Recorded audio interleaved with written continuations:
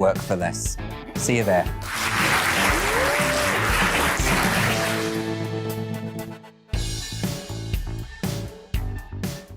Join my show Farage, 7 p.m. till 8 p.m. Monday through Thursday, and there you will get opinion, analysis, debate, and I'll cover stories that nobody else dares to touch. And then for the last 15 minutes, talking pints. We're over a drink. We have a civilised conversation with someone. We very often disagree, but we do it in a grown-up way. Come and join me on Farage.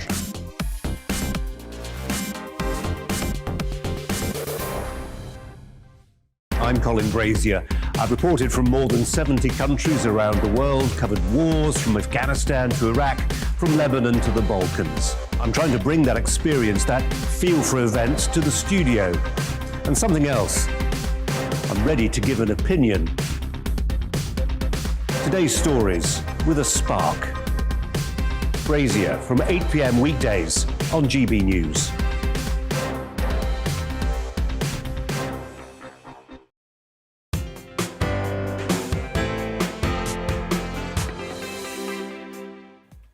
Good afternoon, hello and welcome. I'm Nana Akua. And for the next 2 hours, me and my panel will take on some of the big topics that are hitting the headlines right now. Now, the show is all about opinion. It's mine, it's theirs, and of course, it's yours. We'll be debating, discussing, and at times we will disagree, but no one will be cancelled. So joining me today is writer and actor Yanis Morgan, and also former Liberal Democrat MP Lembit Opik. Well, before we start everything, let's get your latest news headlines.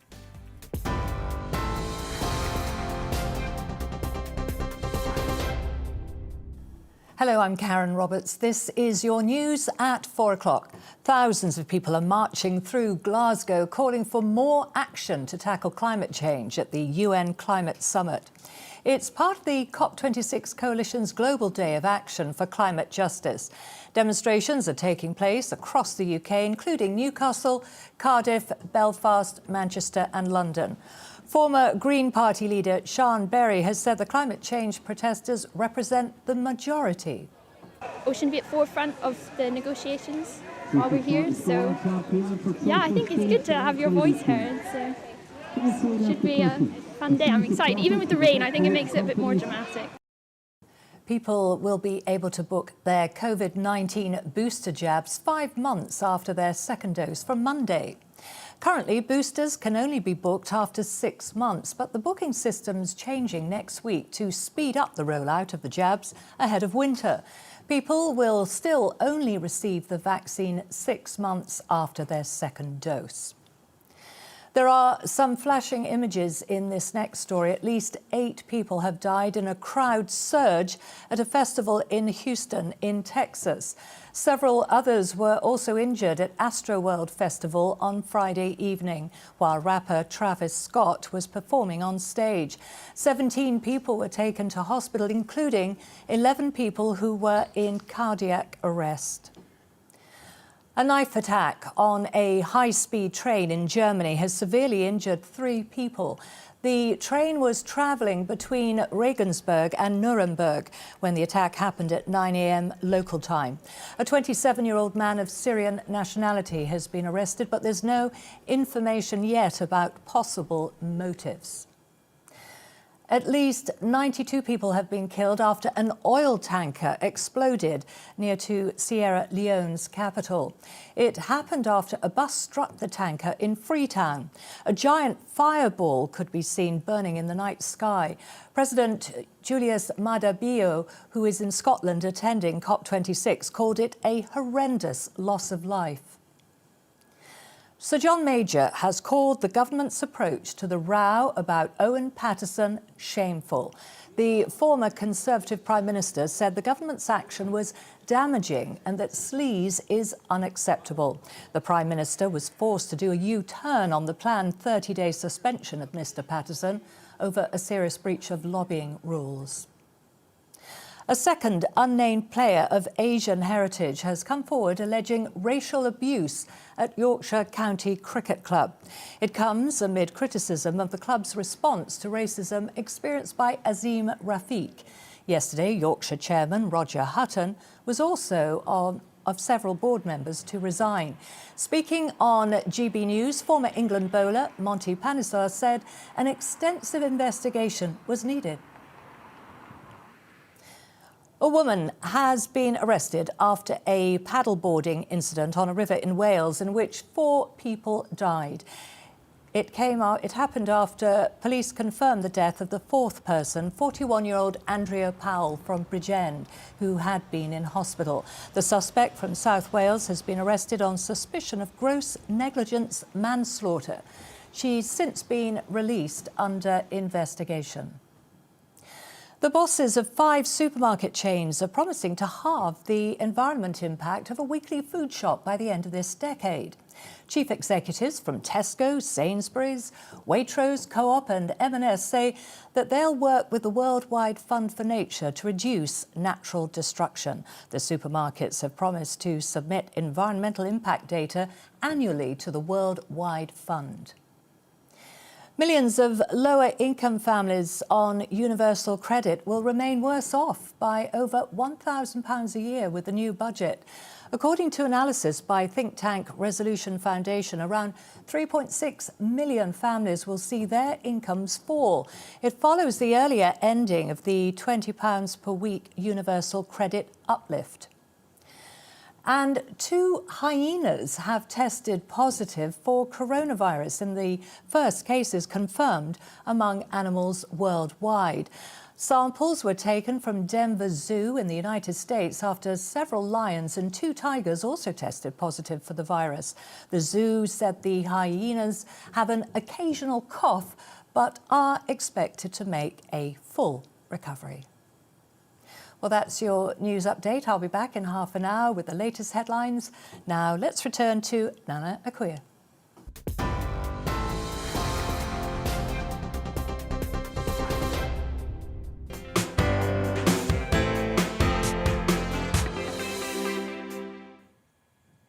Now, when I was young, Oxford University was the bastion of excellence, where its philosophical discussions were the envy of the world. University in general actually was a place for expanding the mind, exploring other realities and possibilities, but Oxford University had the edge. Never did I think that it would be taken over by a woke hypocrisy that challenges its very core. Now, I think I really started hearing about all of this going slightly publicly wrong for Oxford University in 2020, after it served up sweets containing beef to students at a dinner celebrating the Hindu festival Diwali. In Hinduism, the cow is a symbol of life and is a sacred animal, so as a result, most Hindus do not eat beef.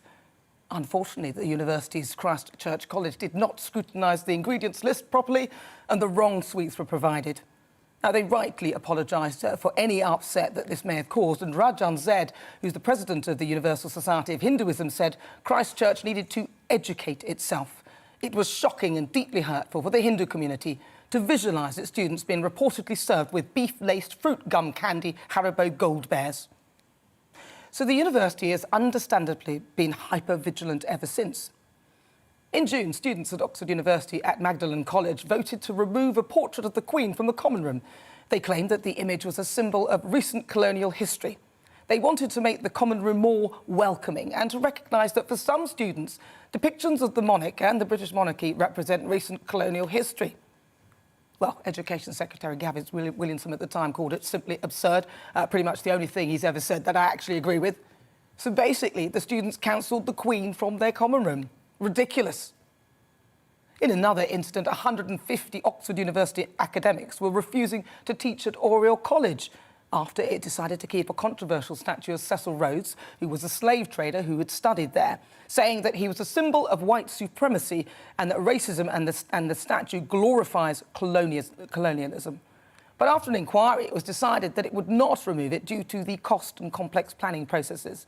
The college expressed sadness at the decision, while the head of Oxford University said she was deeply disappointed. Lecturers said the college decision was not to remove the statue undermines us all, and that the whole university can only work to eradicate racism if all its colleges do so. So you'd think with this demonstration of off-the-scale wokery that a £6 million donation from the charitable trust set up by Max Mosley as part of a fortune he inherited from his father Oswald Mosley, the leader of the British Union of Fascists, would be kicked to the curb by the university, as would, of course, the cash totalling £6.3 million. But no, quite the opposite. The funds were cleared by an independent committee which apparently took into account legal, ethical and reputational issues. Plans are now underway to put the donation towards 2 colleges and create the Alexander Moseley Professor of Biophysics Fund, and also build a new block for student accommodation called Alexander Moseley House. Yeah, that's a bit like calling it the Mussolini or Hitler House. Neither of those would either be acceptable, would they? Robert Halfon, chairman of the Education Select Committee, said, "I find it distressing that Oxford University is so keen to go on about diversity and inclusion, but is prepared to take the shilling from such sources. It seems that wokeness goes out of the window. I suspect students will be asking for the money to be returned." So what do you think? Should they give back the cash?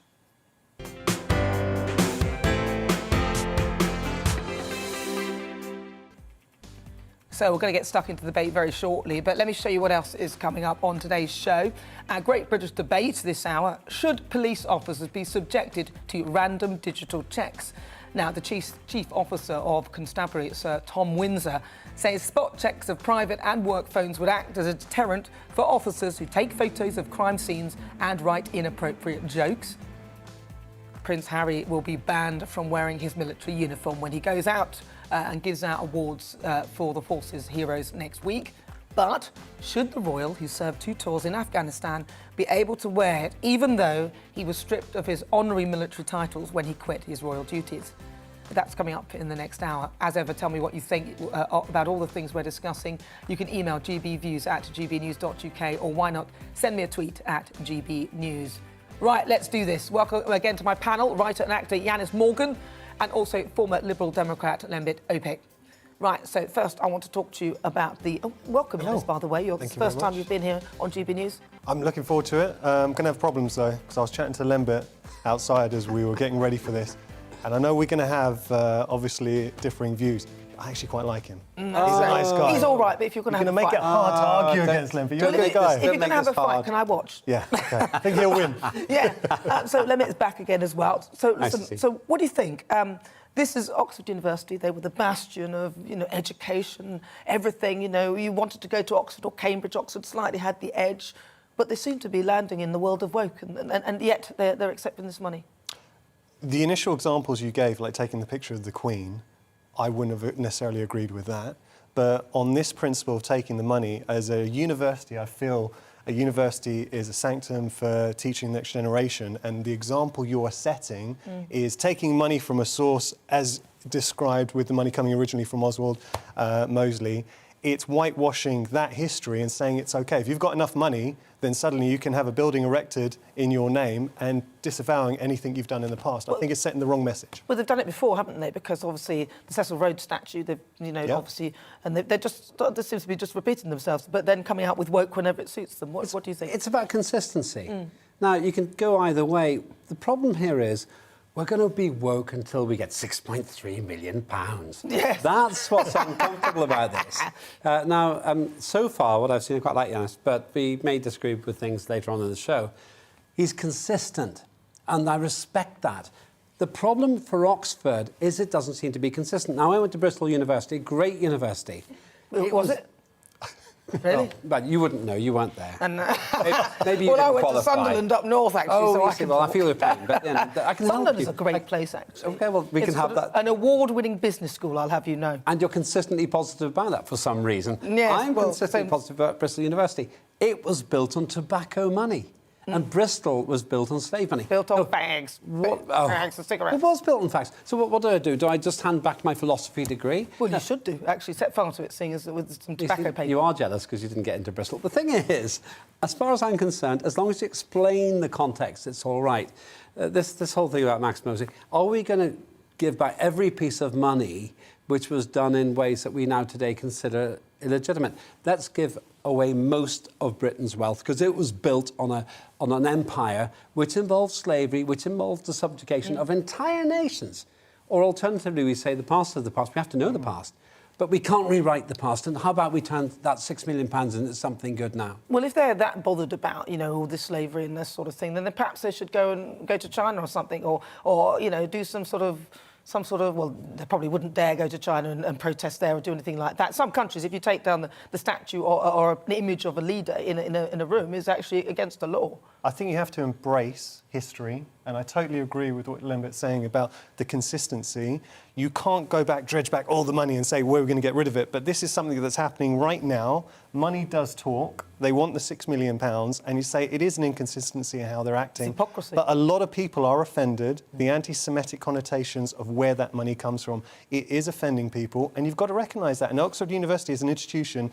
All the examples you've given in the past, they're not being consistent. But what do you think of... I mean, they actually, the committee felt that it was fine with the ethical and moral standards. I mean, it just doesn't add up, does it? Because this wokery, this committee may well have approved all the other bits of taking the Queen's statue down or her image down, actually, and also the other things that have gone wrong, you know, where they've disapproved it. But suddenly when money's involved... My mate Mike, who was walking his dog in Tatton Corner on the way here, who loves GB News, he stopped me to say so.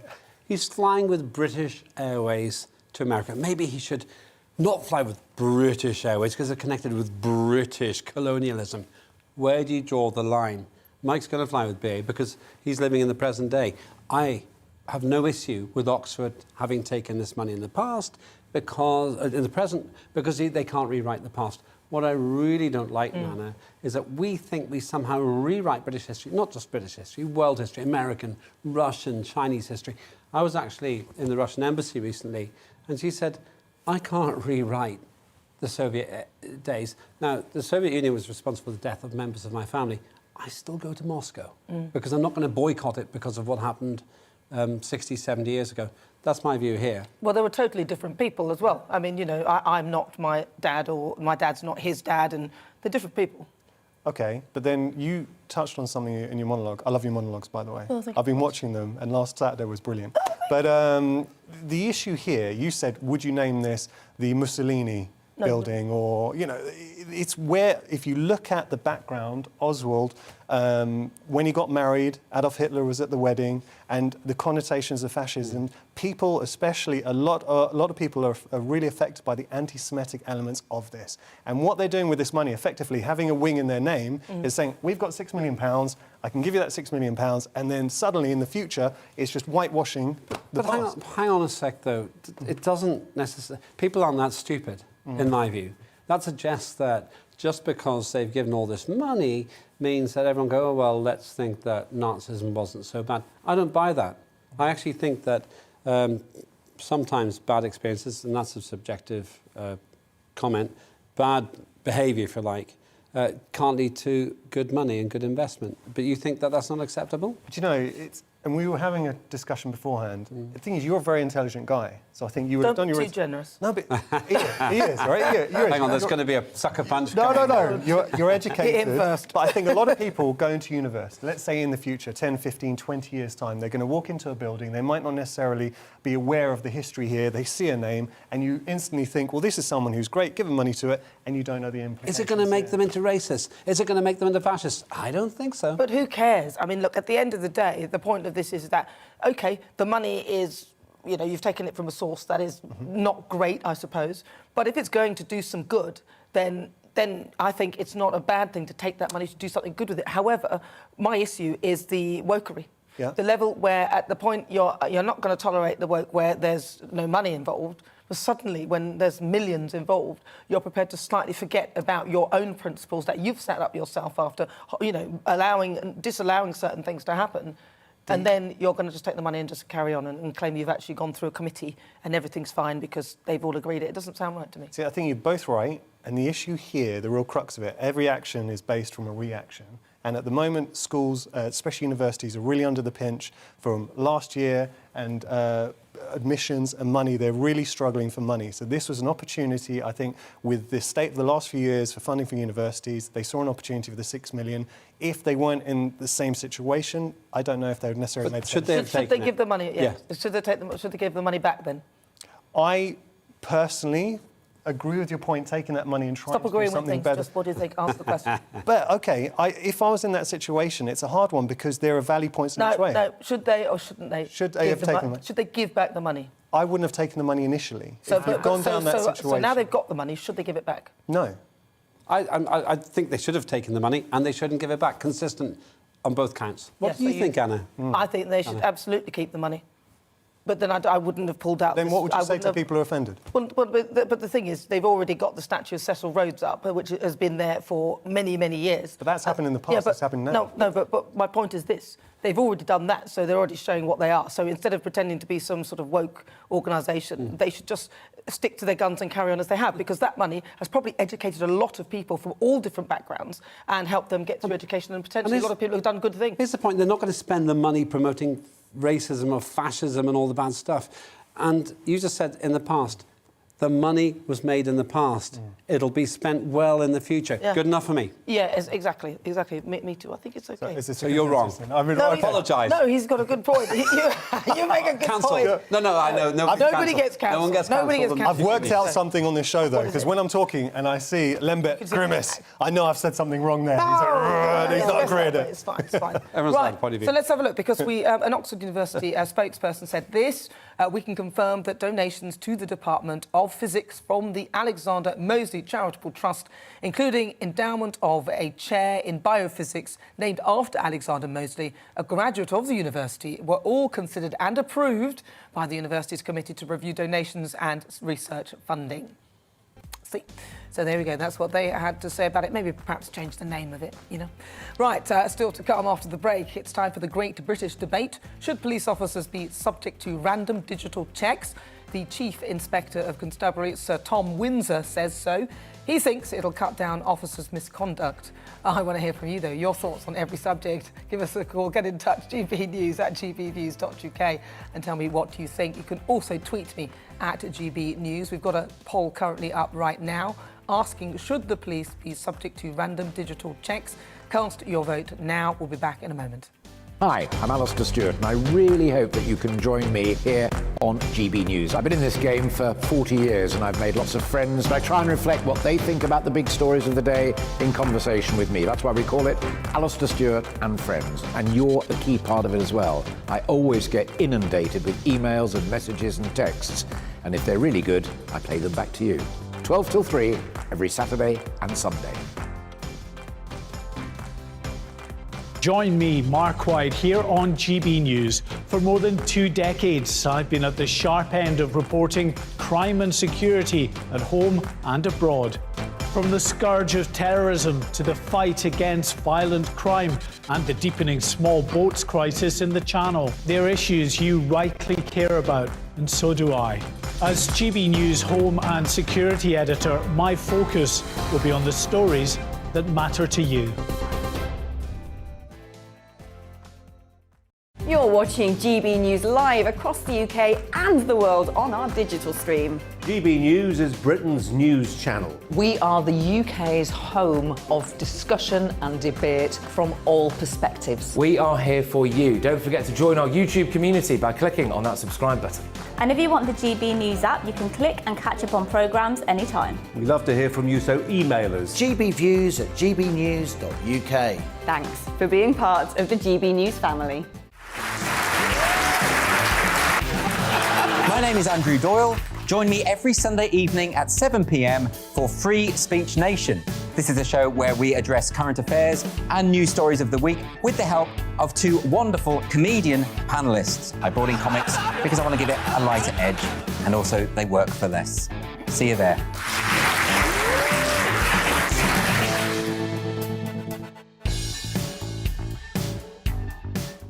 Join my show Farage, 7 p.m. till 8 p.m. Monday through Thursday. And there you will get opinion, analysis, debate, and I'll cover stories that nobody else dares to touch. And then for the last 15 minutes, talking pints. We're over a drink. We have a civilized conversation with someone. We very often disagree, but we do it in a grown-up way. Come and join me on Farage.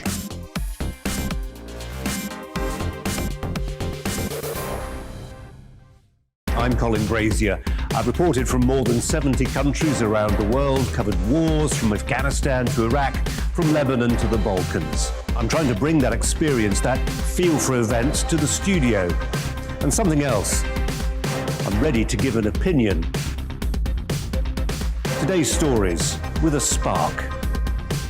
Brazier from 8 p.m. weekdays on GB News.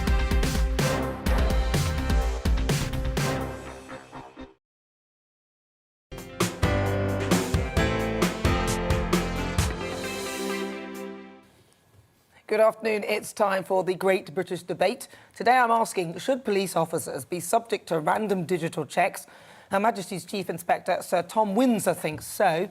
He says spot checks of private and work phones would act as a deterrent for officers who had used WhatsApp and social media to share photographs of crime scenes and made racist and homophobic slurs. So I'm joined now by former Met Police officer Chris Hobbs. Chris, welcome to the programme. Nice to see you again. Now, what do you think of Sir Tom Windsor's comments? Frankly, not a lot. I think it will be another huge blow to morale of the police service. The majority of police officers are basically good people. What's happened in the past is appalling, and it's rightly these officers are dealt with severely. But somehow he seems to be suggesting that this sort of behaviour is rampant throughout the police service. And thereby sort of labelling or collectively smearing police officers across the board.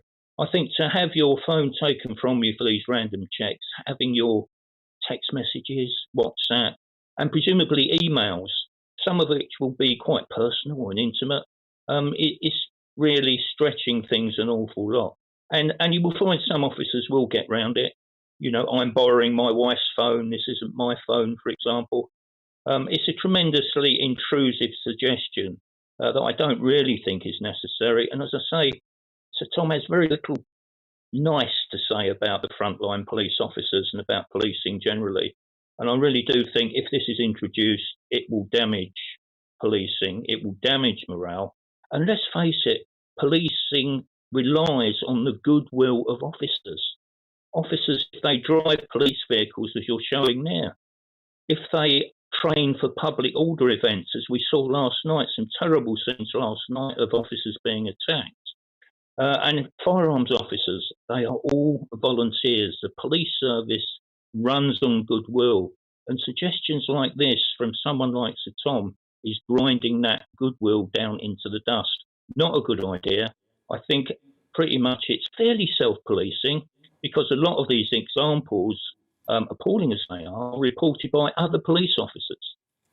So, as I say, a bad idea that will damage morale unquestionably, despite, as I say, the bad things that have happened over recent weeks. Well, you mentioned self-policing, and I'm thinking of the Sarah Everard case where Wayne Couzens was notoriously called the rapist, and other officers would have heard that, but yet there was no self-policing there, and other officers actually had images on their WhatsApp. And the worrying thing is that this self-policing that you mentioned doesn't really work in some instances, and it could actually be more rife than is apparent at the moment. It could be. I don't think it is. As far as Couzens is concerned, and the rapist, I think we're still looking at the provenance of that. It's something that someone's picked up on, and like a wildfire, it's spread. Maybe the investigation will show us where that has actually come from. So, yes, that is an issue. In terms of the business of self-policing, as I say, I think it works fairly well. I think officers need to be very much aware of the difficulties they can get into. And of course, I think if you look at ourselves, if we get an inappropriate WhatsApp joke, and I just had one actually that refers to women drivers and women playing golf. Now, I don't know whether that would land me in trouble under the new regime or not. I didn't find it particularly funny and I just deleted it. But the other question is, where do you draw the line when you're looking at this sort of thing? As I say, officers are under tremendous stress at the moment. People like Tom Windsor very rarely has, as I say, anything positive to say about policing. And if he'd have come along last night and witnessed the scenes last night with young officers under tremendous pressure, he would perhaps see the positive side of policing. And police do wonderful things every day. What's happened needs to be curtailed, needs to be dealt with. Is it on the scale you suggest? I really don't think it is. And I think officers have been pulled You can see it on police social media, appalled by recent events. But I don't think this will do much for police morale. And frankly, I'm not sure it's necessary. The other thing is, of course, it will tend to repress the bad behaviour. These officers who we don't want in the police will obviously be much more careful, but they'll still be in the police. We don't want them in the police. So in a way, it's almost a little bit like a trap for these officers when they do get caught out and rightly get punished as severely as the case warrants.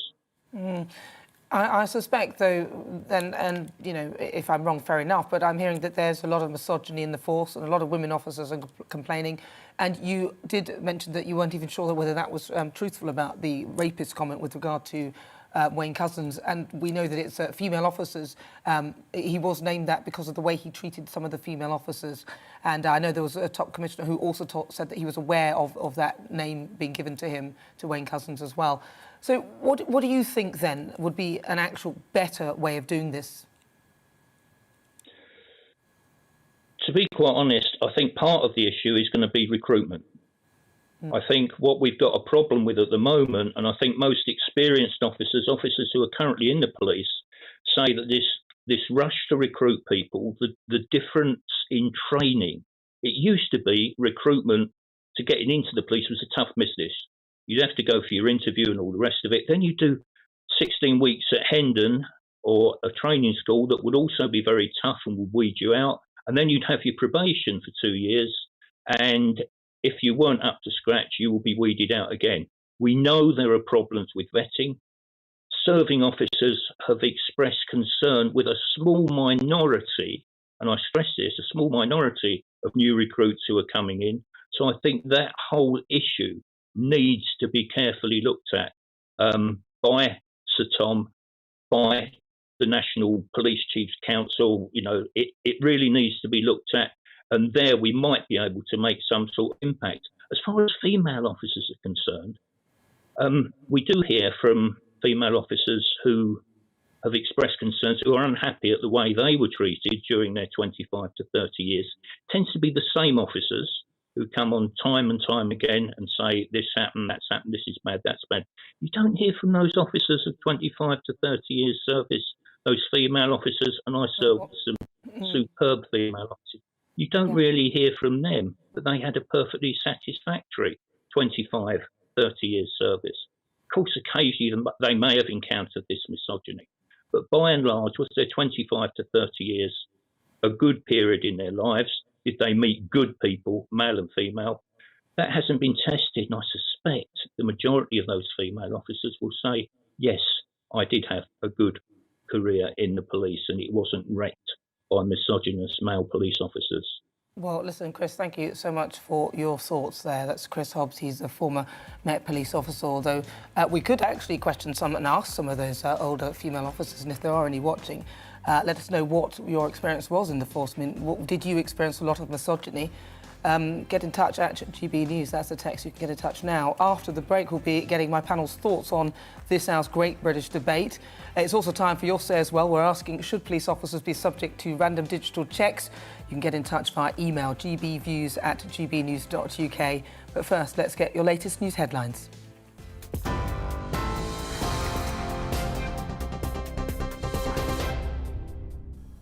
Hello, I'm Karen Roberts. Here are the latest headlines. Thousands of people are marching in Glasgow calling for more action on climate change.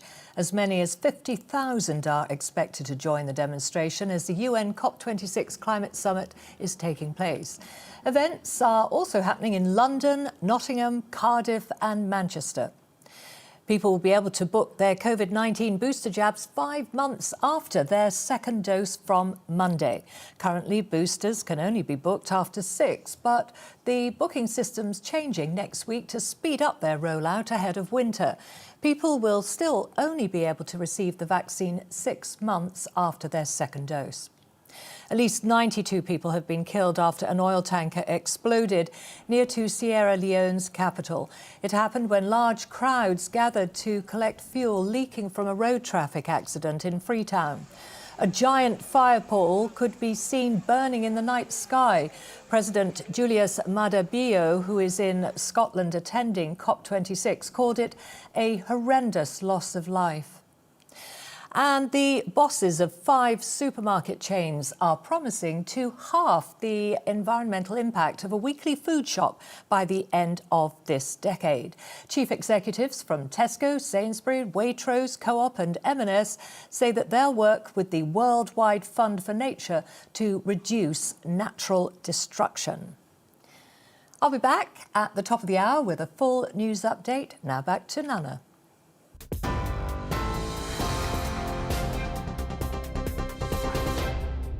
You're watching GB News live across the UK and the world on our digital stream. GB News is Britain's news channel. We are the UK's home of discussion and debate from all perspectives. We are here for you. Don't forget to join our YouTube community by clicking on that subscribe button.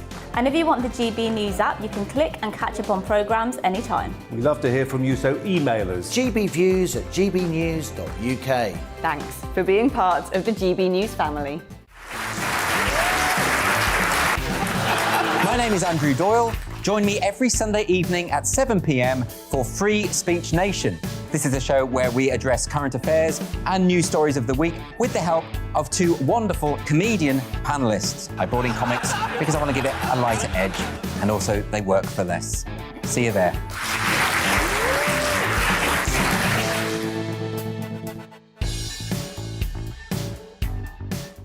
Join my show Farage, 7 p.m. till 8 p.m. Monday through Thursday, and there you will get opinion, analysis, debate, and I'll cover stories that nobody else dares to touch.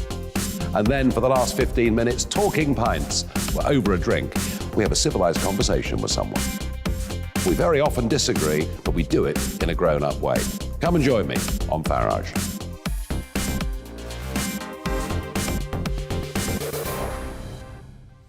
I'm Colin Brazier.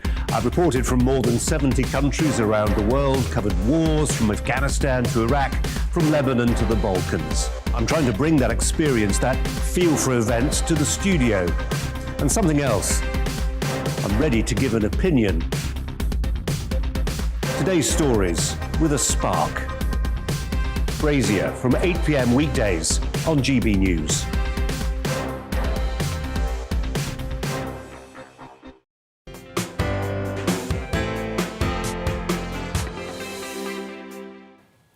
So if you've just tuned in, where have you been? Welcome back. It's the Great British Debate this hour. Should police officers be subject to random digital checks?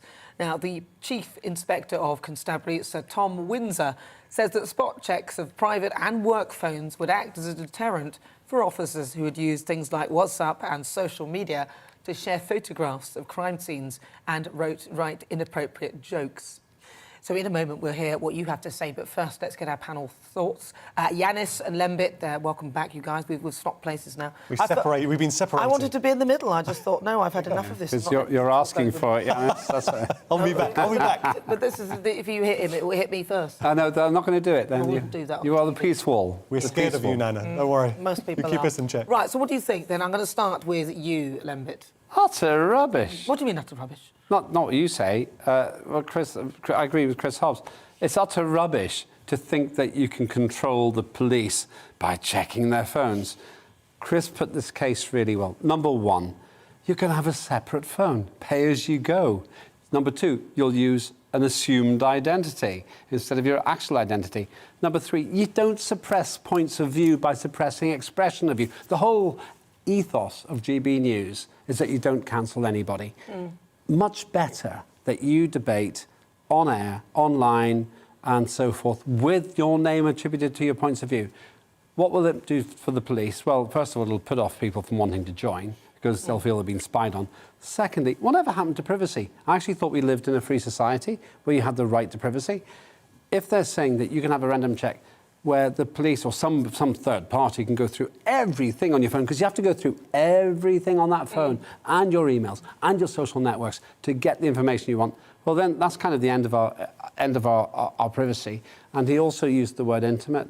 What happens if you're doing other things which aren't illegal but are personal and perhaps morally? Yeah, but what you're describing, I mean, the first thing you put forward was the fact that if somebody was going through your phone, then you would get another phone, you'd be doing this, you'd be doing that. I mean, do you want dodgy people like that joining the police? Hang Not on. really. What's dodgy about wanting to have a private life? That's fair enough, but the point that you're making is that if you're going to do anything that's slightly dodgy, you'll have to get another phone just in case anyone looks at what's on the phone. So you completely trust the state to not betray you with information that they're going to get? Well, I think that is the issue. Who is going to look at the information on the phone? But that's the issue. It's not so much that your phone's been looked at, but the person who's looking at it might not subscribe to the same privacy rules. But it's more than that. I come here to GB. Let's say I wanted to complain about GB News. I might have a separate phone and say, instead of calling myself Lambert, I might call myself Leonard and make complaints just in case I lose work here.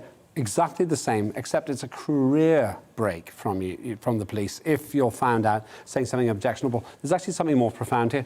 What is acceptable?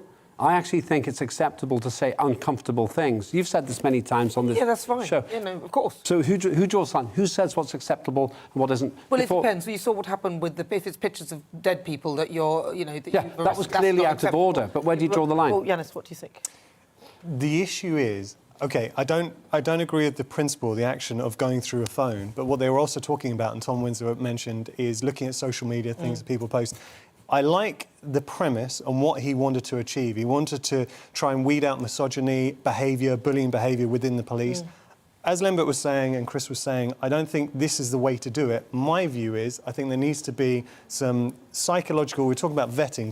Chris mentioned vetting, new people coming in. There needs to be some sort of evaluation, psych check when they're coming into the force, because it is a privileged position, and if the wrong people get into that position, like Dennis Jeffrey and Jamie Lewis, they can abuse that power. And look, there is a problem, and we can't deny it. So saying this isn't the right way to go about it, we still need to mention there is an issue there and it needs to be addressed. And the other side is that, yes, you vet people when they initially join the police, but as they progress throughout the force, you may not be checking what they're up to. And it is important that there are times within that procedure that you have enabled yourself to find out if they are getting up to no good. Because once you're in, it can't be you're in and then you're in and that's the end of it. There's got to be some sort of process that checks, and what can we use to check these people? Yanis makes an interesting point, and I think you've said the same thing.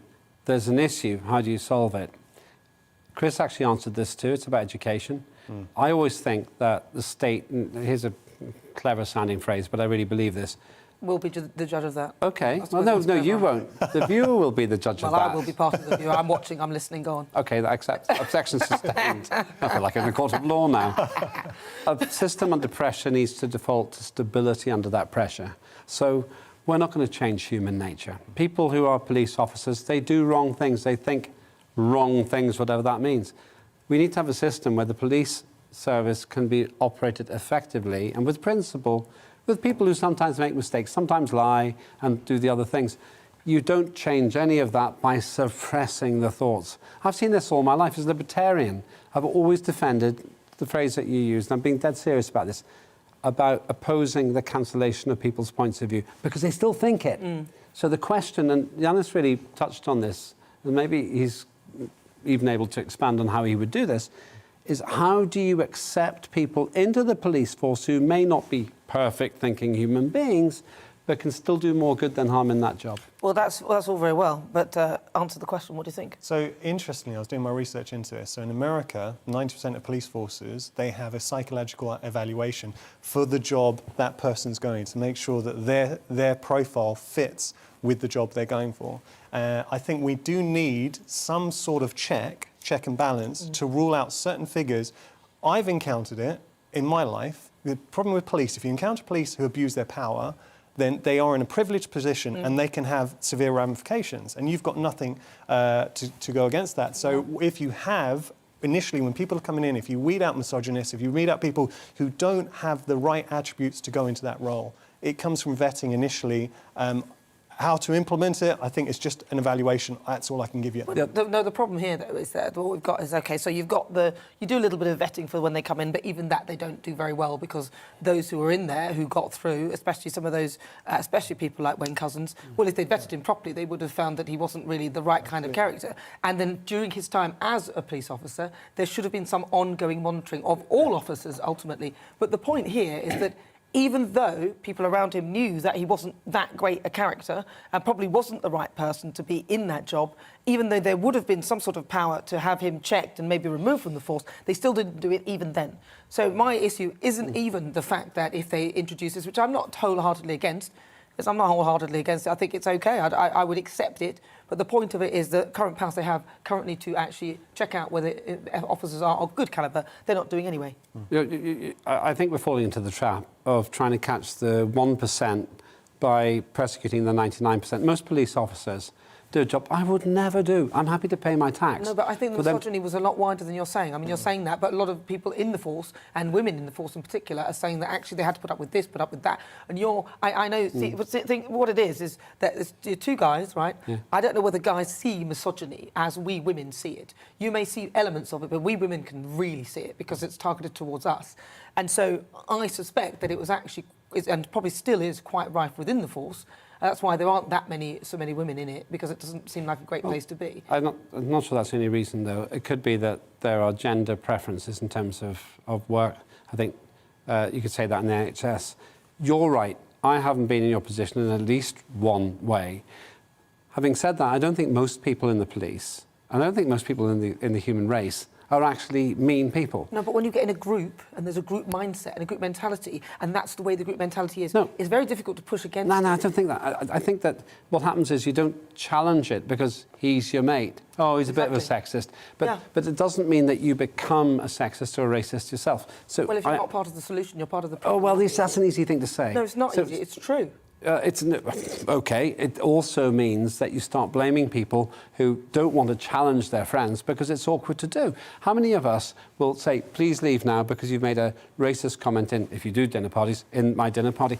I just think that we shouldn't be assuming that most people in the police are bad because they're doing a terribly difficult job. I don't think that's the assumption. I think the issue is that it's like a pack mentality. And if the general feeling and view, and everyone's talking and calling somebody this, then other people would rather go along with it rather than upset the apple cart and then be the target. I've experienced this. So that's what I'm saying. And that is something that's rife in the force. And I think things like, looking at digital profiles and looking at people's digital media are ways of trying to establish whether the officers are of good calibre. You've got to check someone's Facebook. I mean, maybe not their phone, but perhaps they should be more looking at things like Facebook, things like WhatsApp, all that kind of thing. I mean, it's not that it's out there. Do you know, this is a problem with debating because you both have really valid points. I think there is an issue and something does need to be done.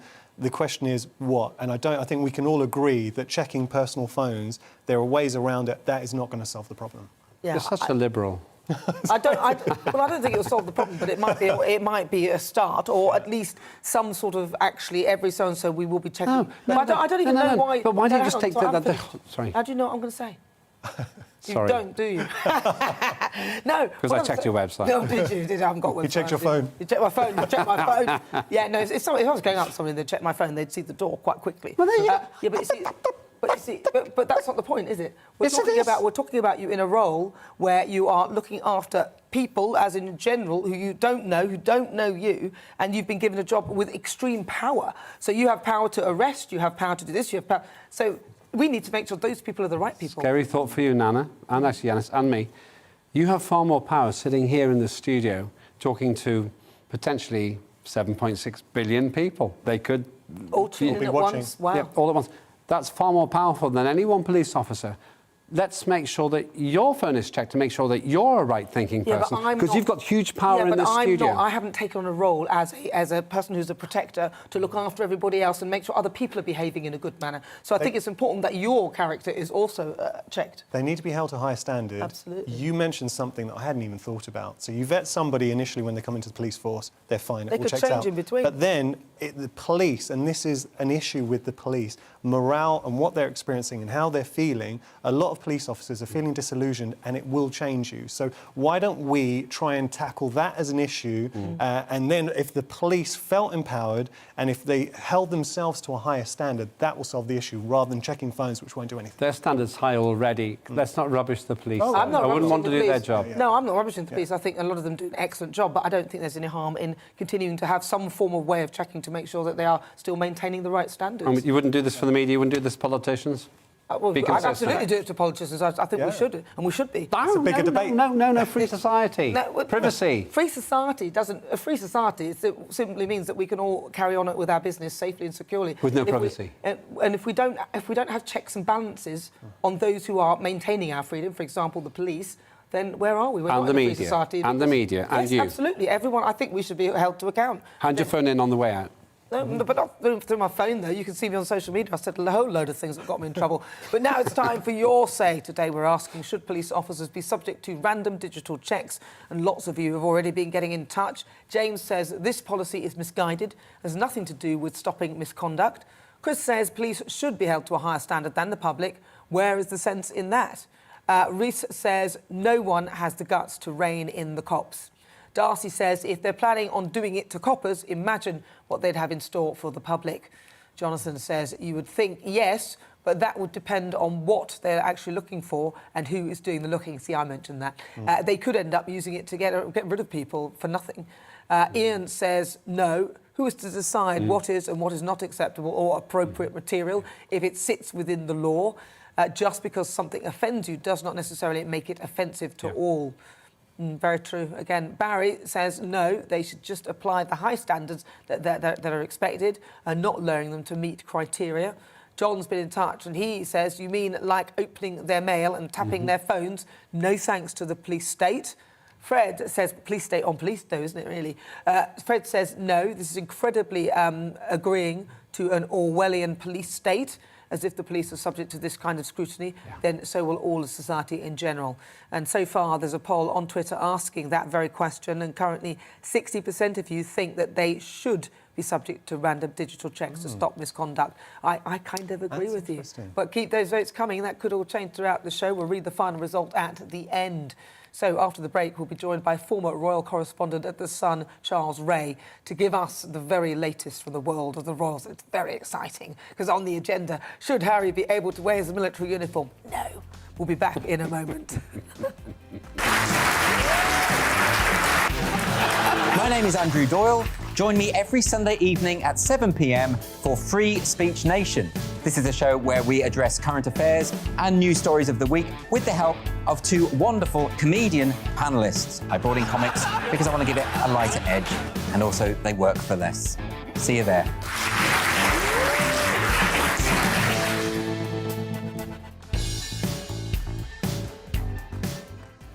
Join us for Political Correction. We're here every Sunday to correct politics and put you, the people, back in charge. We talk about all areas of the United Kingdom, including Northern Ireland. Our debate goes way beyond the Westminster Village. It's about the real country. It's about your opinion. So please, we want you to tell us what you think. This is Political Correction. Every Sunday morning from 10 a.m. here on GB News.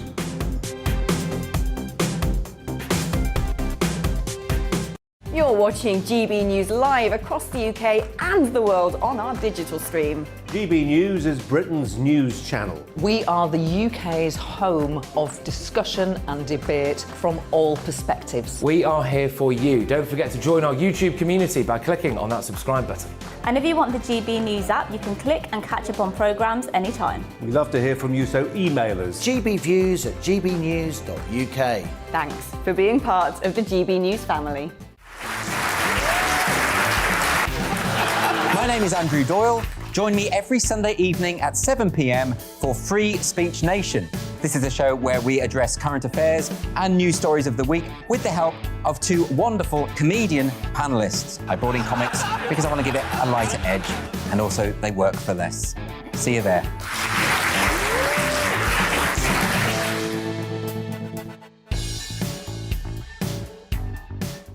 Join my show Farage, 7 p.m. till 8 p.m. Monday through Thursday. And there you will get opinion, analysis, debate, and I'll cover stories that nobody else dares to touch.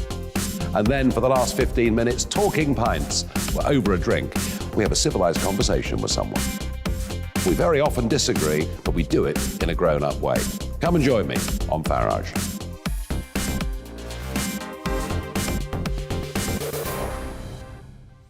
I'm Colin Brazier. I've reported from more than 70 countries around the world, covered wars from Afghanistan to Iraq, from Lebanon to the Balkans. I'm trying to bring that experience, that feel for events, to the studio. And something else, I'm ready to give an opinion. Today's stories with a spark. Brazier from 8 p.m. weekdays on GB News.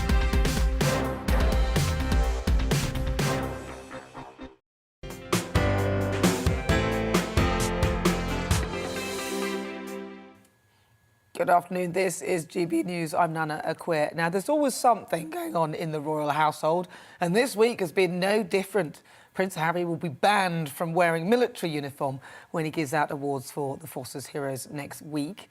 So, well, who better to delve into this than former royal correspondent at The Sun, Charles Ray. Charles, lovely to meet you. First of all, why is Harry being banned? Well, the word banned is not exactly correct. Harry wore military uniforms when he was a working member of the royal family, and he was representing the Queen. They were honorary titles, and he was stripped of those titles when he and Meghan decided to shove off back to the United States. Now, I'm surprised that Harry is going to not wear a uniform in America because he's not representing the Queen. And to be fair to the lad, he has served twice with his stint in Afghanistan. He is, a former soldier. He's done a great deal of work with soldiers who are recovering from injuries they got while serving. And I see no reason why he should not be wearing his uniform for this event in America, where he's handing out medals to American servicemen.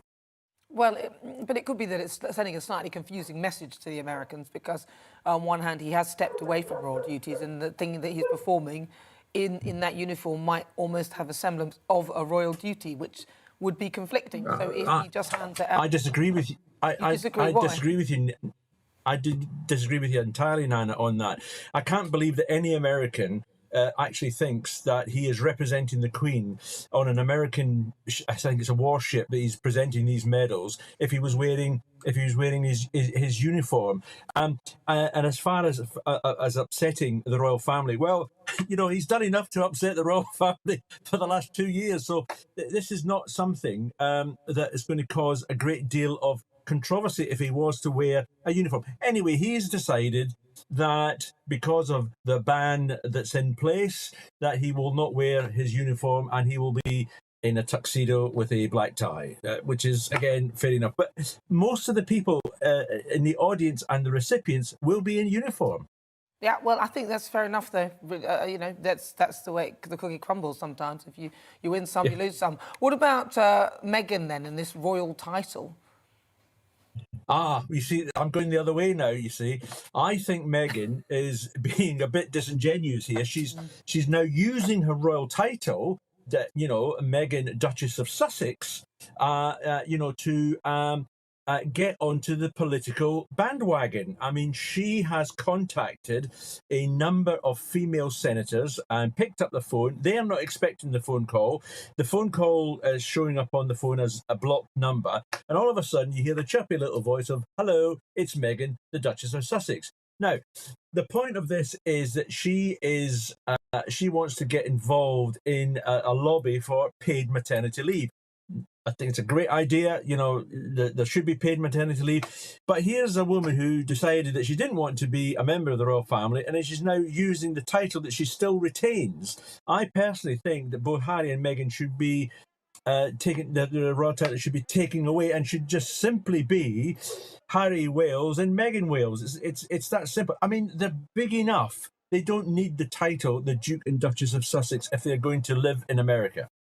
This is true. And also, she did write that letter, didn't she, to the Republican Senator Jason Smith with regard to this whole thing. And he actually made a comment that her latest interference in politics reignites the question in his mind as to why the royal family doesn't simply strip them both of their titles. And then he actually says at the end of it, particularly since she insists on sending the letter under the pretence of being the Duchess of Sussex.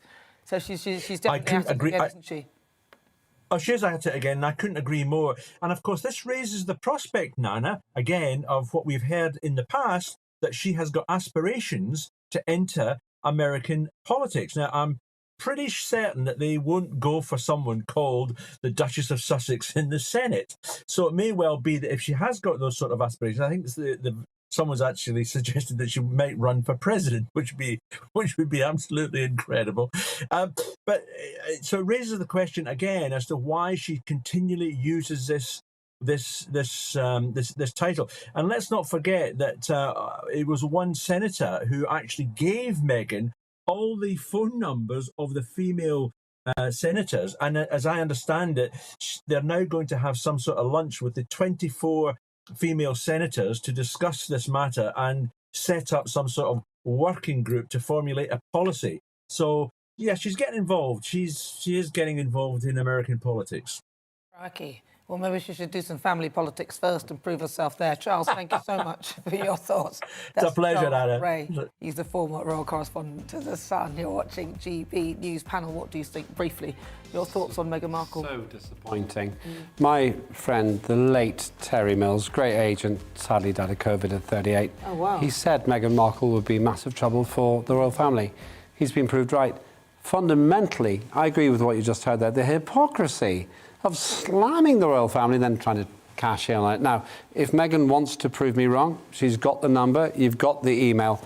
I don't think that this cuts much ice in this country. She's just distancing herself from the UK. What do you think, briefly, Yanis? You know, I've got the GB app, the GB News app, and I was watching your show last Saturday. I mentioned it earlier. Please, anyone who's got it, listen to your monologue, because I thought you summed this whole situation up perfectly with Meghan and Harry. The issue is she can't be using the name, especially when it suits her to use it. But he cannot wear the uniform, plain and simple, because he's not eligible. He's a civilian, so you can't wear a uniform if you're not eligible. Yeah, and I disagree with Charles having the disagreement with the 2 points, because I actually think that they're the same, one and the same. And either you're in or you're out, and if you're out, you don't wear the uniform, and you certainly don't call yourself a Duchess of Sussex. But what do you think? We love to hear your thoughts. Get in touch with us now at GB News.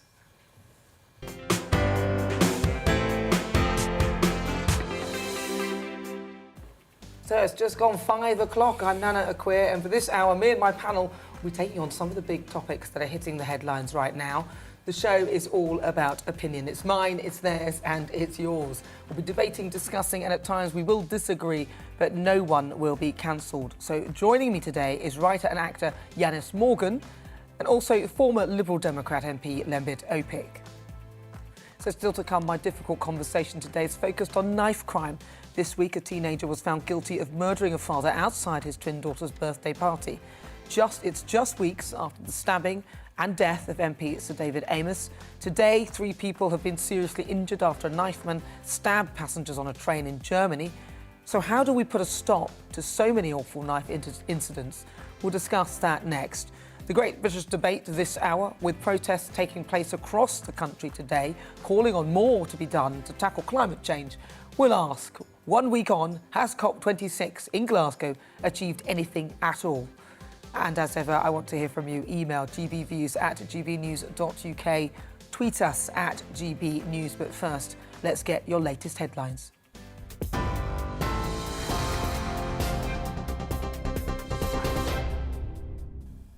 Hello, I'm Karen Roberts. This is your news at 5 o'clock. Thousands of people are marching through Glasgow calling for more action to tackle climate change at the UN summit. It's part of the COP26 coalition's Global Day of Action for Climate Justice. Demonstrations are taking place across the UK, including Nottingham, Cardiff, Belfast, Manchester and London. At the Glasgow climate protests, police have fenced in around 70 members of the Young Communist League. Ocean be at forefront of the negotiations while we're here, so yeah, I think it's good to have your voice heard, so it should be a fun day. I'm excited. Even with the rain, I think it makes it a bit more dramatic.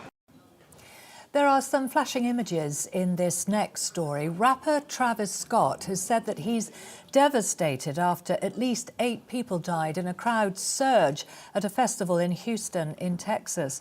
The incident, which left several others injured, happened while the rapper was performing at the Astroworld Festival on Friday evening. 17 people were taken to hospital, including 11 people who were in cardiac arrest. Mr. Travis pledged total support to the police investigation. A knife attack on a high-speed train in Germany has severely injured 3 people. The train was travelling between Regensburg and Nuremberg when the attack happened at 9 a.m. local time. A 27-year-old man of Syrian nationality has been arrested, but there's no information yet about possible motives. At least 92 people have been killed after an oil tanker exploded near to Sierra Leone's capital. It happened after a bus struck the tanker in Freetown. A giant fireball could be seen burning in the night sky. President Julius Maada Bio, who's in Scotland attending COP26, called it a horrendous loss of life. People will be able to book their COVID-19 booster jabs 5 months after their second dose from Monday. Currently, boosters can only be booked after 6 months, but the booking system is changing next week to speed up the rollout of the jabs ahead of winter. People will still only receive the vaccine 6 months after their second dose. Sir John Major has called the government's approach to the row about Owen Paterson shameful. The former Conservative Prime Minister said the government's action was damaging and that sleaze is unacceptable. The Prime Minister was forced to do a U-turn on the planned 30-day suspension of Mr Paterson over a serious breach of lobbying rules. A woman has been arrested after a paddleboarding incident on a river in Wales in which 4 people died. It comes after police confirmed the death of the 4th person, 41-year-old Andrea Powell from Bridgend, who had been in hospital. The suspect from South Wales has been arrested on suspicion of gross negligence manslaughter. She's since been released under investigation. The husband of Nazanin Zaghari-Ratcliffe has been on hunger strike outside the Foreign Office in Westminster for 2 weeks. Richard Ratcliffe criticised Prime Minister Boris Johnson for his cold decision to allow Iran to keep detaining Britons. His wife, Nazanin, a British-Iranian dual national, has been in custody in Iran since 2016 after being accused of plotting to overthrow the government. Mr Ratcliffe said a candlelit vigil attended by around 70 people last night gave him morale to keep going. He intends to continue the strike until at least the middle of next week. Generally, I'd like him to take responsibility. He is in charge of the government, he's in charge of all the government's decisions. It is a cold decision to let the government's debt lead to British citizens being held hostage, including Nazanin. What I'd like him to be saying to the Iranian delegation is that this can't go on. We have to solve it, we have to find a way. And 2 hyenas have tested positive for coronavirus in the first cases confirmed among animals worldwide. Samples were taken from Denver Zoo in the United States after several lions and 2 tigers also tested positive for the virus. The zoo said the hyenas have an occasional cough but are expected to make a full recovery. I'll bring you the latest headlines in half an hour. Until then, it's back to Nana Akua.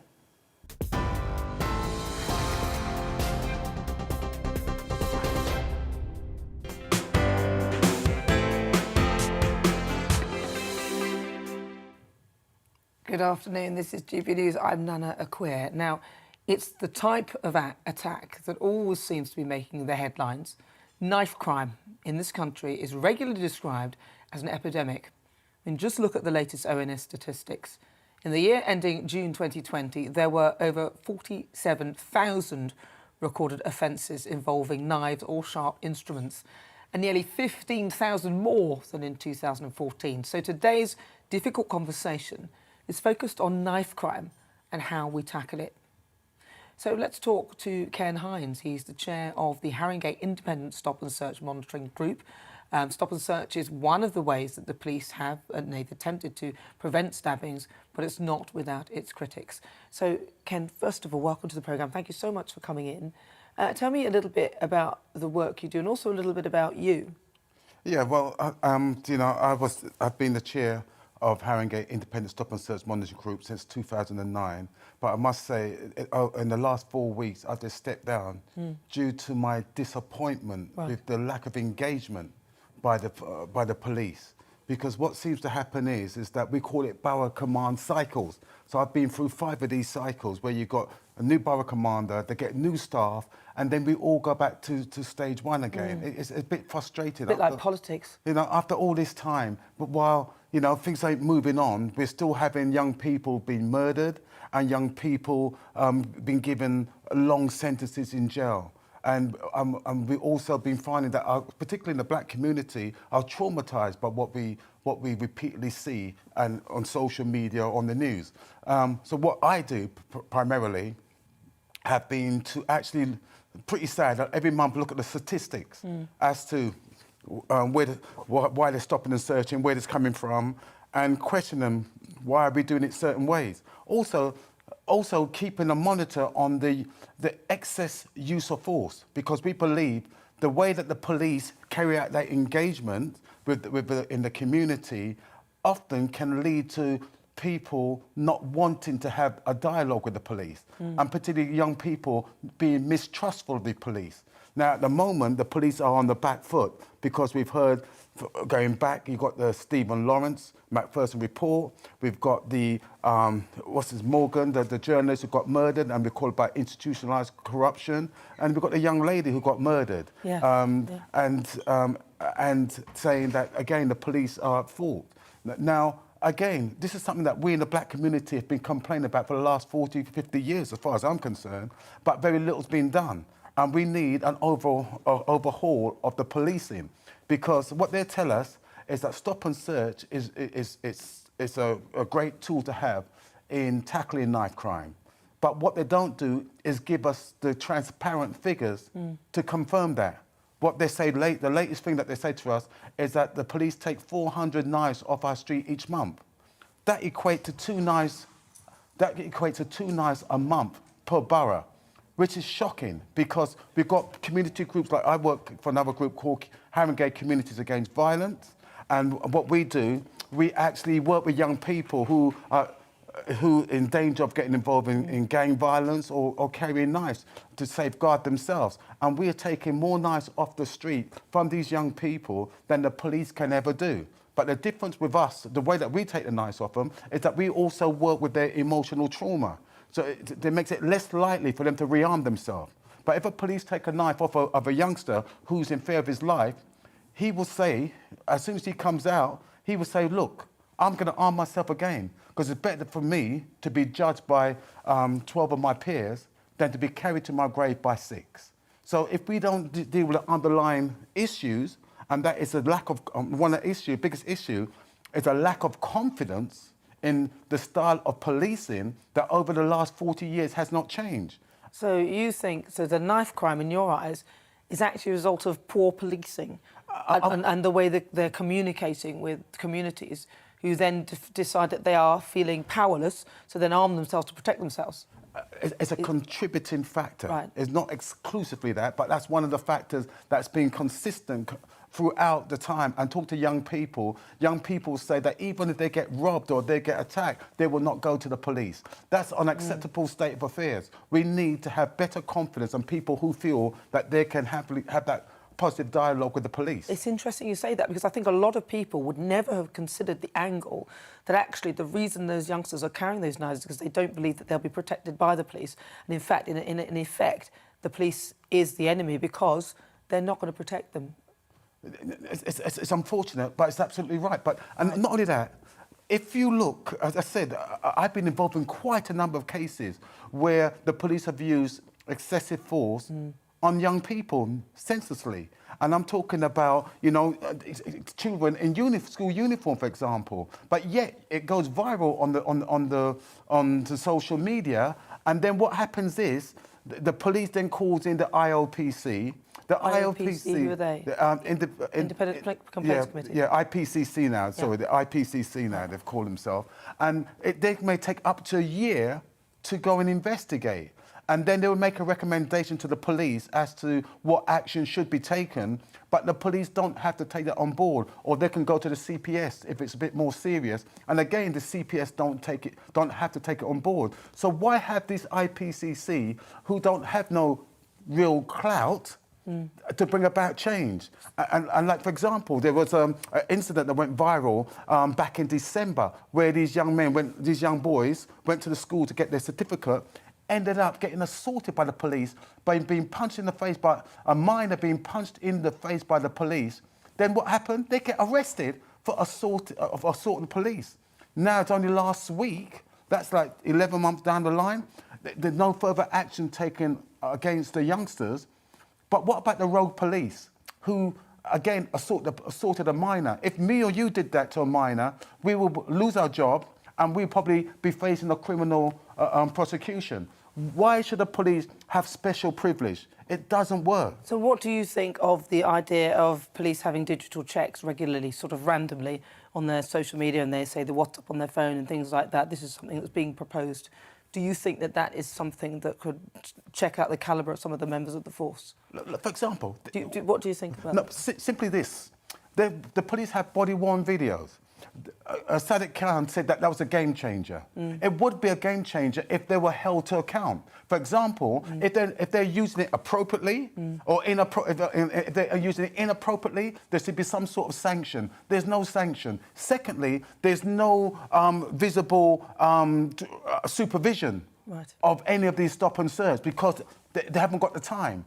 And I was on the use of force where we used to highlight some of these videos that gone viral, and we brought about some real change. And because we bring about real change, you know what they've done? They've now defunct that group. So we was making progress. Now they don't really want to make changes. That's what I see. And frustrating people like myself, who's been one of their stout supporters over the last 15 years. Now I'm so frustrated that I just don't want to have an engagement with them again. It saddens me about the future engagement, real engagement with the community. It does sadden me too, but I think also the young people have to account for some of their behaviour as well. Now let's speak to the mother of Daniel Bird. In 2017, he was stabbed to death following a row over an electronic punch bag at a pub in Birmingham. And I'm pleased to say that Lynn joins me live from Birmingham. Lynn, lovely to talk to you. Thank you so much for joining us. Can you talk us through what happened to Daniel? Well, Daniel went out on that night, the 7th of July. He was celebrating having got his new job on that day. And he was stabbed to death in an altercation in the pub, which was nothing to do with him, and that was it. He bled to death on the way to hospital. It's just so senseless, isn't it? How do you? What do you think when you hear of so many people being involved in knife-related incidents?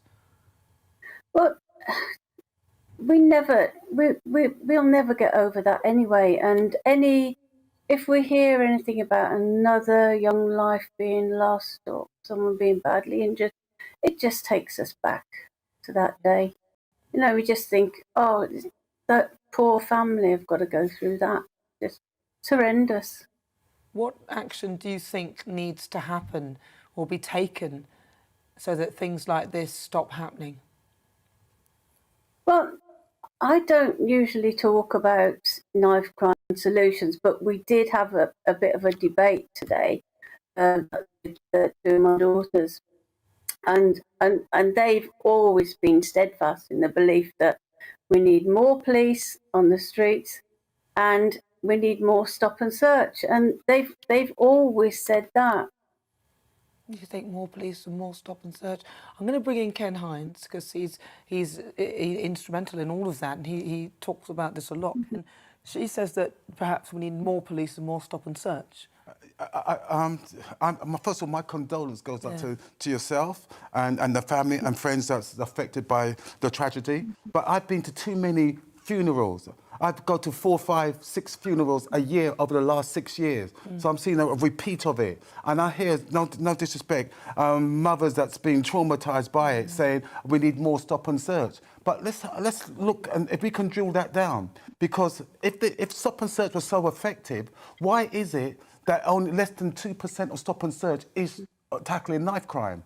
But yet, 70% of the stop and search is around the misuse of drugs and in particular the smell of marijuana. That's unacceptable. I agree with you. If we can have stop and search targeting weapons more effectively, then I would all be in favour. But they cannot target effectively knife crime if they don't deal with the community that's disproportionately affected by it. So they've got to win hearts and minds of young people. But it seems so random, and especially in particular for Lynn's case. I mean, her son was minding his own business, doing his own thing, and just in the wrong place at the wrong time. Yeah, yeah. And there were knives in the pub as well, so obviously they weren't being searched properly. Yes. Because it wouldn't have happened. They would have taken the knives off them as well. Listen, Lynn, would really appreciate you sharing that for us and us getting a real, understanding of what it is like to be in a situation where you lose somebody because of this. That is Lynn Bird. She lost her son Daniel. He was stabbed to death in 2017. So that's, Lynn saying that she thinks more stop and search. But then, of course, if the people doing the stop and search aren't doing it well or they're doing it brutally, then you almost perpetuate this cycle. What about communities? Can communities do anything to try and get it inside this and help to fix this? We absolutely need that. That's crucial, because if we don't get the support of the communities like Haringey Community Against Violence, the sort of things that we do is go into the hotspot areas where these violence is likely to occur and where the grooming happens. It happens at some of these fast food outlets at the time when school kids are leaving school. Really? Now, again, just the simple fact that these youngsters are walking with swords and longer and more dangerous knives, what's going on? You don't have to be a smart copper to actually see that these guys are carrying these things here, but why isn't it that more of these aren't taken off our streets? And it doesn't help when the police, when they do find a knife, they then put it out on their Twitter feed or social media showing what that knife looked like. And all that does is encourage other young people to step up their game and get knives that's equally as dangerous as that. Knife. So what about more people of colour in the police force and that kind of thing? Is this another good angle to try and sort of get a more, connected, get people more connected with their forces and their communities? Would that be of any help? Well, that won't work unless they change the culture of the systemic racism that we find and actual racial profiling that is endemic around stop and search. This is why you find that as a black man in London, you're 10 times more likely to be stopped and searched, but no likely to be found with drugs or having done any criminal behaviour. But couldn't you look at that and say that actually a lot of the knife crime is black on black? So the reason why there are more people who are black being stopped and searched is frankly because there are more black people killing each other. And I would say to you, the police can't distinguish between a good guy or the bad guy. All they see is the black guy. And when you see like 85% of their stop and search each month leads to no further action, but can lead to people being stopped and scarred from that engagement, we are really going about it the wrong way. They need to do it in a way that doesn't make people feel scarred. It's professional. Yeah. Professional and above it, because too many young people are complaining about the excessive force. And I see it time and time again. I just recently settled a second claim against the police, and they paid me out for a second time for wrongful arrest and malicious prosecution. So if they can do that to one of their top advisors, what are they doing to people who don't have a voice? Yeah. And we repeatedly supporting them time and time again in their endeavours to get justice. Well, this will be something that needs to be done. And Ken, it's so good to talk to you. And you need to carry on with whatever you're doing and get in touch with those forces and share your experiences so they can try and adapt their practices to make them much more favourable, and so people will be on their side. They need to reach out to me. They need to reach out to you. Because there's a tick box exercise when we go to them at a time they're choosing at our own expense. That has to stop. They have to respect what we do. Thank you so much, Ken. It's really good to talk to you. That is Ken Hines. He's been talking to us about stop and search. That was difficult conversations. We've got more next week. Now, after the break, the Great British Debate this hour, with protests taking place across the country today, calling on more to be done to tackle climate change. We'll ask 1 week on from COP26 in Glasgow, has it achieved anything? We'll be back in a moment.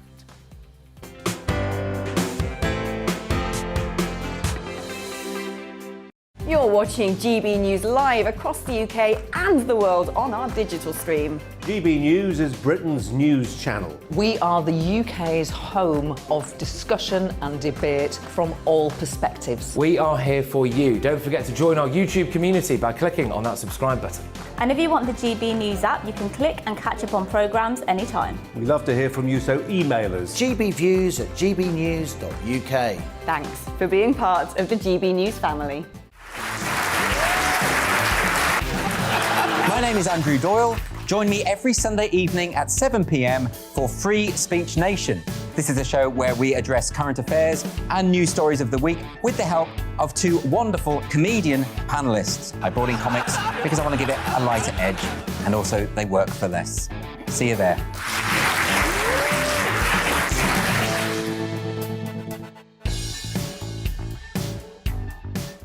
Join my show Farage, 7 p.m. till 8 p.m. Monday through Thursday, and there you will get opinion, analysis, debate, and I'll cover stories that nobody else dares to touch. And then for the last 15 minutes, talking pints. We're over a drink. We have a civilised conversation with someone. We very often disagree, but we do it in a grown-up way. Come and join me on Farage.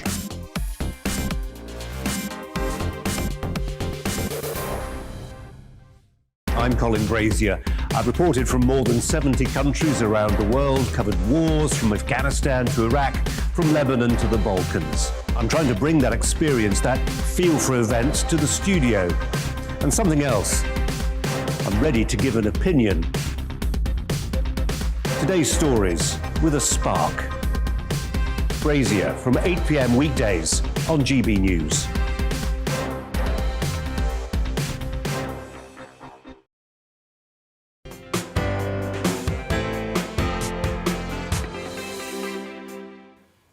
Good afternoon, this is GB News. Now, after a week of COP26 in Glasgow, protesters have spent the day demonstrating, calling on governments to do more to reach net zero. Tens of thousands have taken to the streets in London, Glasgow and other cities across the UK to demand less talk and more action from world leaders. Someone who's been at the climate summit all week and is still there now, is director and co-founder of E3G and former government climate advisor Tom Burke. Tom, great to talk to you. Firstly, tell us what you've made of the announcements made at COP26 so far. Well, I think actually that in a sense the protesters are right to say that we need more action. And of course the way to get more action is to have more talking like this. It's these conversations that go on at the COPs that actually drive the action forward. And what we've seen this week is actually quite a big lineup, not just of governments, but also of businesses, the financial world, really standing up and making it clear that they're going to do more. Now, I think they're probably still not doing enough, but they are going to do more. So, and that, as we go into the second week, when we really get down to saying not only what more we've got to do, but how we're going to do it, and agreeing how we're going to do it, I think that's given quite a good start to that second week of negotiations. How realistic do you think we can actually, what realistic impact do you really seriously think we can have on this? Could this not be the climate changing in a certain way where it would change in that way anyway, and we may be able to slow it down for maybe half a second, but is it realistic for us to even be contemplating the fact that we think we can slow this down or stop it even? Well, we can stop it if we stop burning fossil fuels, so that's completely realistic. Is it realistic for us to make the energy transition to a global economy based on non-fossil fuels, renewables, energy efficiency? Yes, of course it is. Whether we can do it or not, that's a more open question. It's technically possible to do it, and it's economically possible to do it.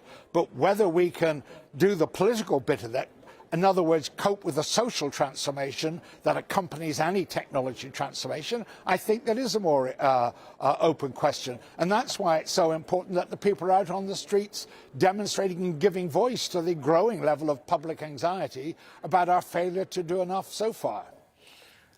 But a lot of people will probably be looking at this. I mean, I'm definitely one of them looking at it sort of thinking, I don't know whether it's actually something that we could realistically stop, and it feels as though the planet has, in a sense, its own way of being, and it changes and goes through different cycles all the time.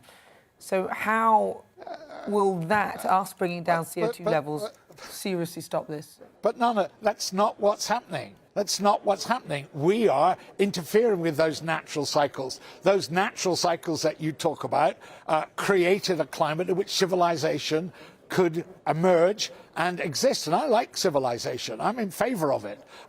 What we're doing is disturbing those fundamental conditions which permit civilization to exist. That's not a question of leaving it up to the planet. It's a question of stopping us doing things that are destroying the planet or destroying the bit of the ability of the planet to provide a comfortable home for us all. Now, when we talk about net zero, a lot of people don't. We hear the phrase, but it doesn't really mean much, actually. So, can you explain what that actually means? Yeah, I can. Net zero means getting to the point at which you are not any fossil fuels that you are, residual fossil fuels that you are burning, that you're absorbing that carbon, basically at the moment certainly, into natural sinks, like tropical forests, like peatlands, like seagrasses, mangroves, so whole lots of areas, many of which we're actually degrading, which if you restore them could do a better job, and of course the oceans as well, of absorbing the carbon dioxide we produce. And so you'll hear a lot of references to offsets as part of achieving net zero. So as long as the carbon you continue to burn, you can be sure is being offset by carbon you're being able to put away into those sinks, like putting the plug, if you like, in your bathtub while you're still filling it up, then there is some chance that we can, sorry, my earpiece was slipping out here, then we can actually deal with it. And that's what people mean by net zero. OK, thank you for that. And the time scale, 2050, surely it'll be too late by all then? Yeah. Well, you're right about the fact that we have run out of time, really. We've got very, very short of time, and so we have to do this very fast. But as you think about that, just remember 80 years ago, the American economy had to turn over from making cars to making tanks, and it did it in a year. And we're a hell of a lot cleverer and more capable now. So it's not a question of could we do this technically. We could, but I agree with you. There's a bigger question about whether we can actually motivate the political will to do that. Now, that's a question for the politicians to do that. It's well within our competence. Whether we'll do it or not, that's a more open question. Well, listen, Tom, thank you so much for joining us. Thank you so much for your thoughts. Enjoy COP26. I'm sure we'll come back to you again during the week. That was Tom Burke. He's the director and co-founder of E3G, former government advisor as well. So after this, you'll hear my thoughts and the panel. It'll also be time for your say as well. We want to hear what you think on COP26 and what it's achieved so far. But I think it's important now to get your latest news headlines.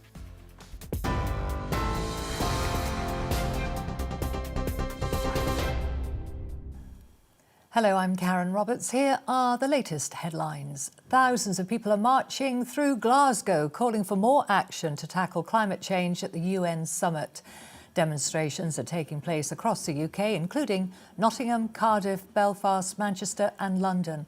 At the Glasgow climate protests, police have fenced in around 70 members of the Young Communist League.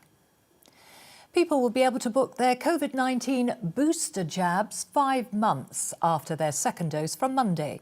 Currently, boosters can only be booked after 6, but the booking system's changing next week to speed up their rollout ahead of winter. People will still only be able to receive the vaccine 6 months after their second dose. There are some flashing images in this next story. Rapper Travis Scott has said that he's devastated after at least 8 people died in a crowd surge at a festival in Houston in Texas. The incident, which left several others injured, happened while the rapper was performing at the Astroworld Festival on Friday evening. 17 people were taken to hospital, including 11 people who were in cardiac arrest. Mr. Travis pledged total support to the police investigation. At least 92 people have been killed after an oil tanker exploded near to Sierra Leone's capital. It happened when large crowds gathered to collect fuel leaking from a road traffic accident in Freetown. A giant fireball could be seen burning in the night sky. President Julius Maada Bio, who is in Scotland attending COP26, called it a horrendous loss of life. And the bosses of 5 supermarket chains are promising to halve the environmental impact of a weekly food shop by the end of this decade. Chief executives from Tesco, Sainsbury, Waitrose, Co-op and M&S say that they'll work with the Worldwide Fund for Nature to reduce natural destruction. You are up to date. I'll be back at 6 o'clock.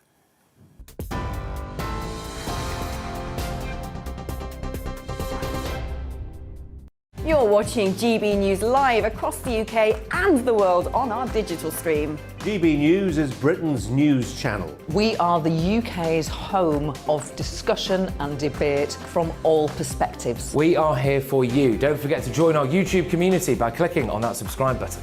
And if you want the GB News app, you can click and catch up on programmes anytime. We love to hear from you, so email us. gbviews@gbnews.uk. Thanks for being part of the GB News family. My name is Andrew Doyle. Join me every Sunday evening at 7 p.m. for Free Speech Nation. This is a show where we address current affairs and news stories of the week with the help of 2 wonderful comedian panellists. I brought in comics because I want to give it a lighter edge, and also they work for less. See you there.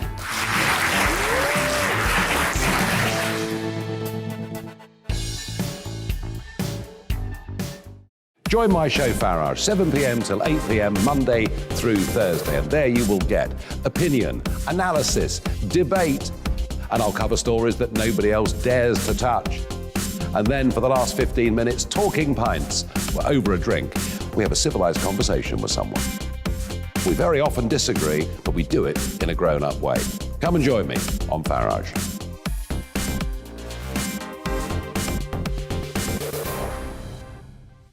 I'm Colin Brazier. I've reported from more than 70 countries around the world, covered wars from Afghanistan to Iraq, from Lebanon to the Balkans. I'm trying to bring that experience, that feel for events, to the studio. And something else, I'm ready to give an opinion. Today's stories with a spark. Brazier from 8 p.m. weekdays on GB News.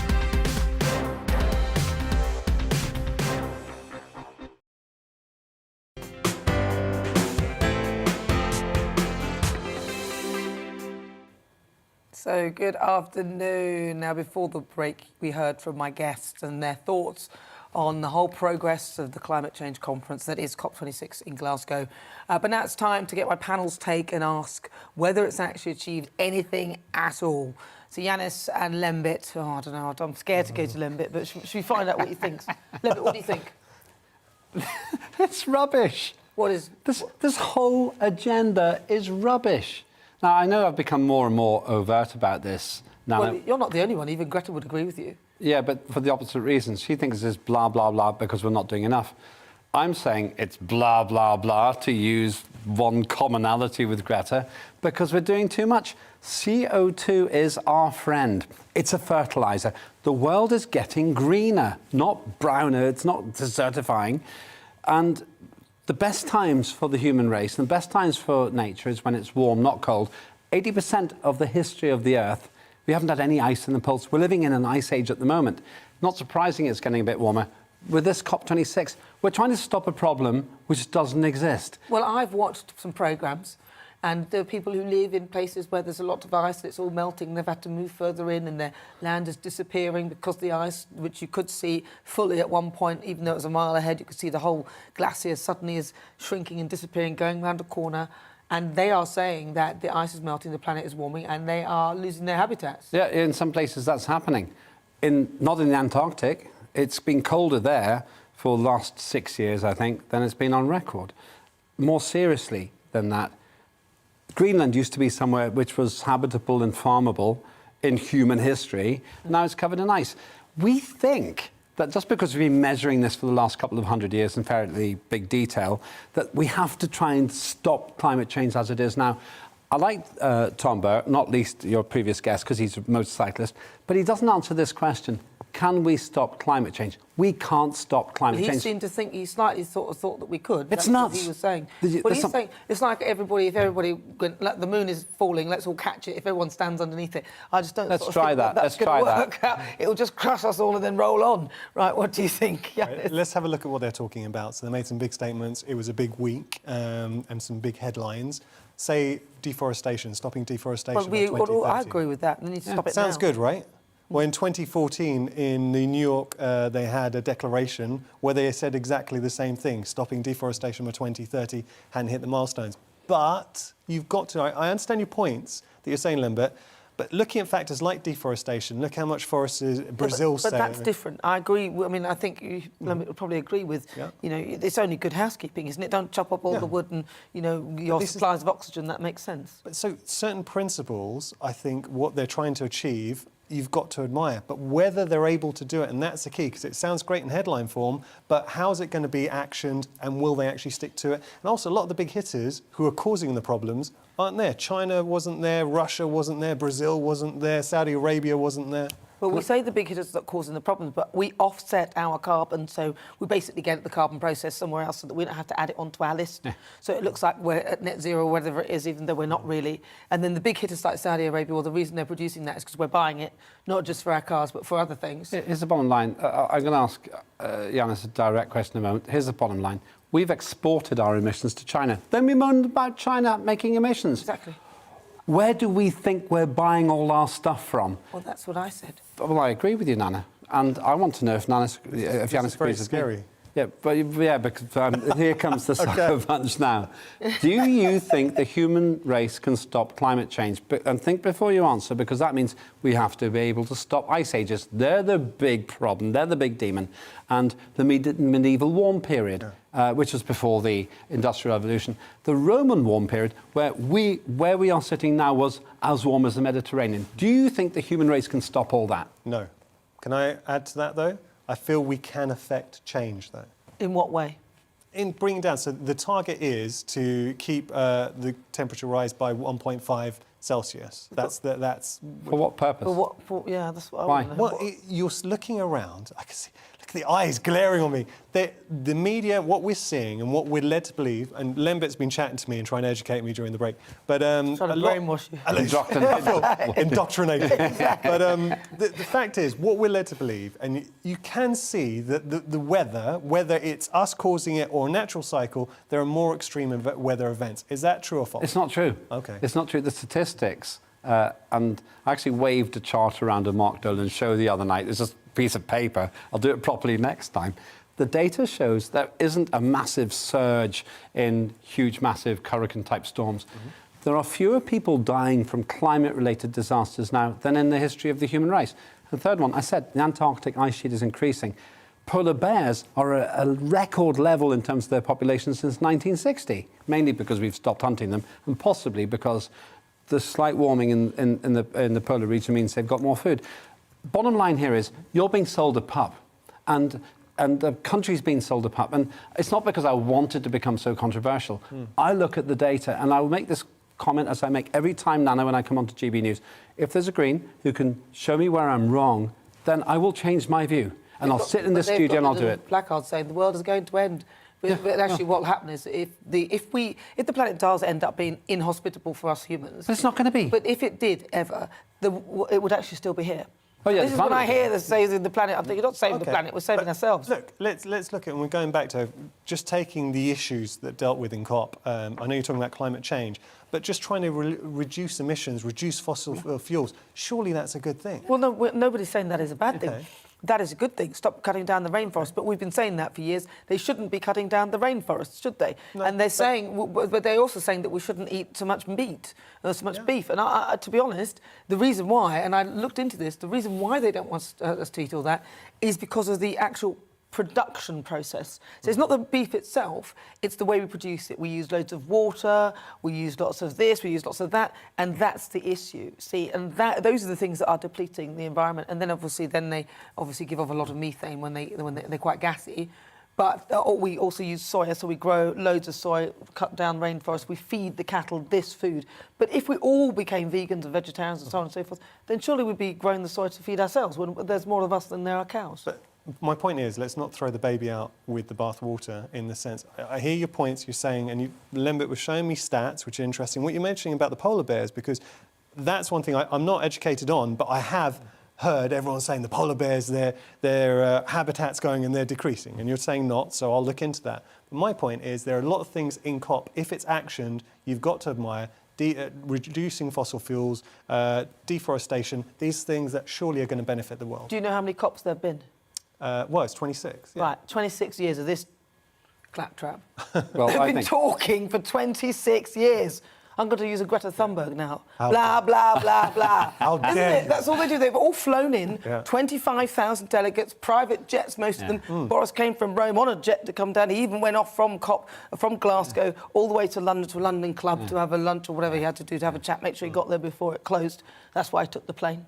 And then, in the end, coming back to tell us about how we should save the planet. He could have gone in many different ways. He decided to take the most polluting form of transport known to man. Yeah, and I have to say, I don't think that aviation is wrecking the world. I think actually it's done much more good than harm because it redistributes wealth directly through, for example, tourism. Fundamental point I've got here is CO2 is not wrecking the planet. Yes, you're right. We are making a difference to the climate, but not a catastrophic one. The big changes occur because of the way the Earth goes around the sun, something called the Milankovitch cycles. The way that the sun gets warmer and colder is called, at the moment, probably heading into something called a grand solar minimum. And some stuff we don't really understand. What I'm telling you is, it's good if we have a bit more CO2, not bad. And when people say there's a record level of CO2, we've had many times more CO2 in the atmosphere than we have now. And it didn't lead to runaway greenhouse effect. Why is it going to change now? I can see you holding onto a burning tree saying, sorry, I was wrong. I'm willing to do that. I'm willing to do that, if I'm wrong. Lembit, I'm very interested in why we are then, there's this popular view in mainstream media, and you've got Greta and everybody saying there is an emergency. Why are so many people, educated people, saying there is an emergency? Because it's a religion. You are going to die, and the world's going to end. It's all your fault. But if you repent, then we will be saved. So if you buy yourself a new electric car and charge it on this new charge point, that we're going to take your old one and stick it in a landfill, but then we're going to give you this other one, we're going to rip out all the earth and put in a charging point there. Oh, and by the way, the electricity, although we've offset our carbon, so we're zero, we're getting it from China. But don't worry about that, they're burning fossil fuels for it, that's fine. But we are at net zero, so that's very good. China, terrible, aren't they, for not doing it? This is exactly what we've got here, isn't it? And my issue with all of this is that it's a load of people making a load of money somewhere. Somewhere in there, there's a lot of people making a lot of money, especially that Tesla guy who's got himself one of the richest men, or he is probably the richest man on the planet now. He's got all these Teslas out there, everyone's driving them. They're the only ones with decent charging points. It's just... You've got to respect Elon Musk for what he does, because he's a great businessman.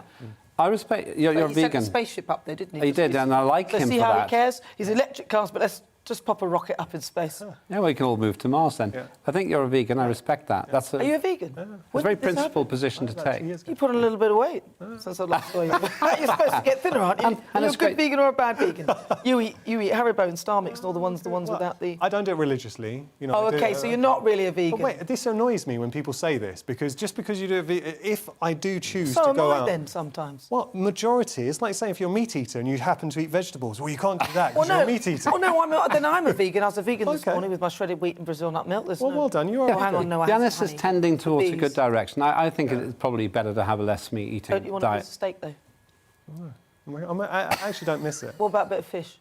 Occasionally. I knew it. I'll tell you why. Leave him alone. My mother-in-law, and I don't think she really likes the vegan lifestyle. So if she cooks a roast, I might have a bit of a roast. She's forcing you to eat some... There you go.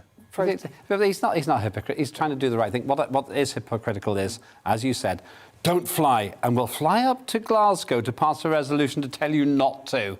That's tricky politically. Tom Burke would say that's a blow under the belt. I wonder how Tom Burke got to Glasgow. I should have asked him, yeah. But I think he took the train, actually. Well, you've heard what my guests in the panel think. Now it's time for your say, and lots of you have been saying a lot and getting in touch with your views on COP26, whether anything's actually been achieved. Chandler says nothing apart from an enormous carbon footprint. Here. Aidan says it's just brought up the fact that a lot of us already know the people that are preaching to us are openly hypocritical. Absolutely. Jenny says, well, India has not committed to some dates, but we won't know if they'll achieve this for some time, so the jury is out, I guess. Claire says this, just a ton of hypocrisy, fear-mongering and division. It's helped me sleep, says Craig. James says, yes, it has opened more people's eyes to the hypocrisy of the elites, flying in on private jets, telling us we must stop flying, driving and heating our homes. Henry says this, hopefully not, virtue signalling that hopefully doesn't lead to ineffective, unaffordable action that renders the UK destitute. Pete says on this whole thing, if what they wanted to achieve was to alienate most of the UK towards climate policies at the same time as making themselves look like complete hypocrites, then it was a roaring success. Yes, I think that's a nice one to end it with some of those comments. Now it's time for something a little bit different. It's time for Nana's Quickfire Quiz. My panellists have been given buzzers, so when I ask them the questions, they can buzz in with their answers. So without further ado, let's move on to our first question. Right, so Lembik and Yanis, are you ready? Yes. Okay. So don't try and cheat and look at the answers on the autocue. You haven't put the answers on the autocue, have you? Well, I'm looking at you, Nana, well, look and Yanis. Don't look. OK, right, so here we go. Look into your cameras, people. Right, so what has been banned from a train station in Horsley? is it A, a dog, B, a statue, or C, a train driver who's been drinking? Oh, and D, e-scooters. Sorry, I forgot that. Oh, yes, Flemming. Got to be e-scooters, surely. That'd be the logical. Where's my buzzer? I've got one that should be wrong. Where's You can use mine. No, I can't. That won't work. Okay. No. All right, come. Well, Statue?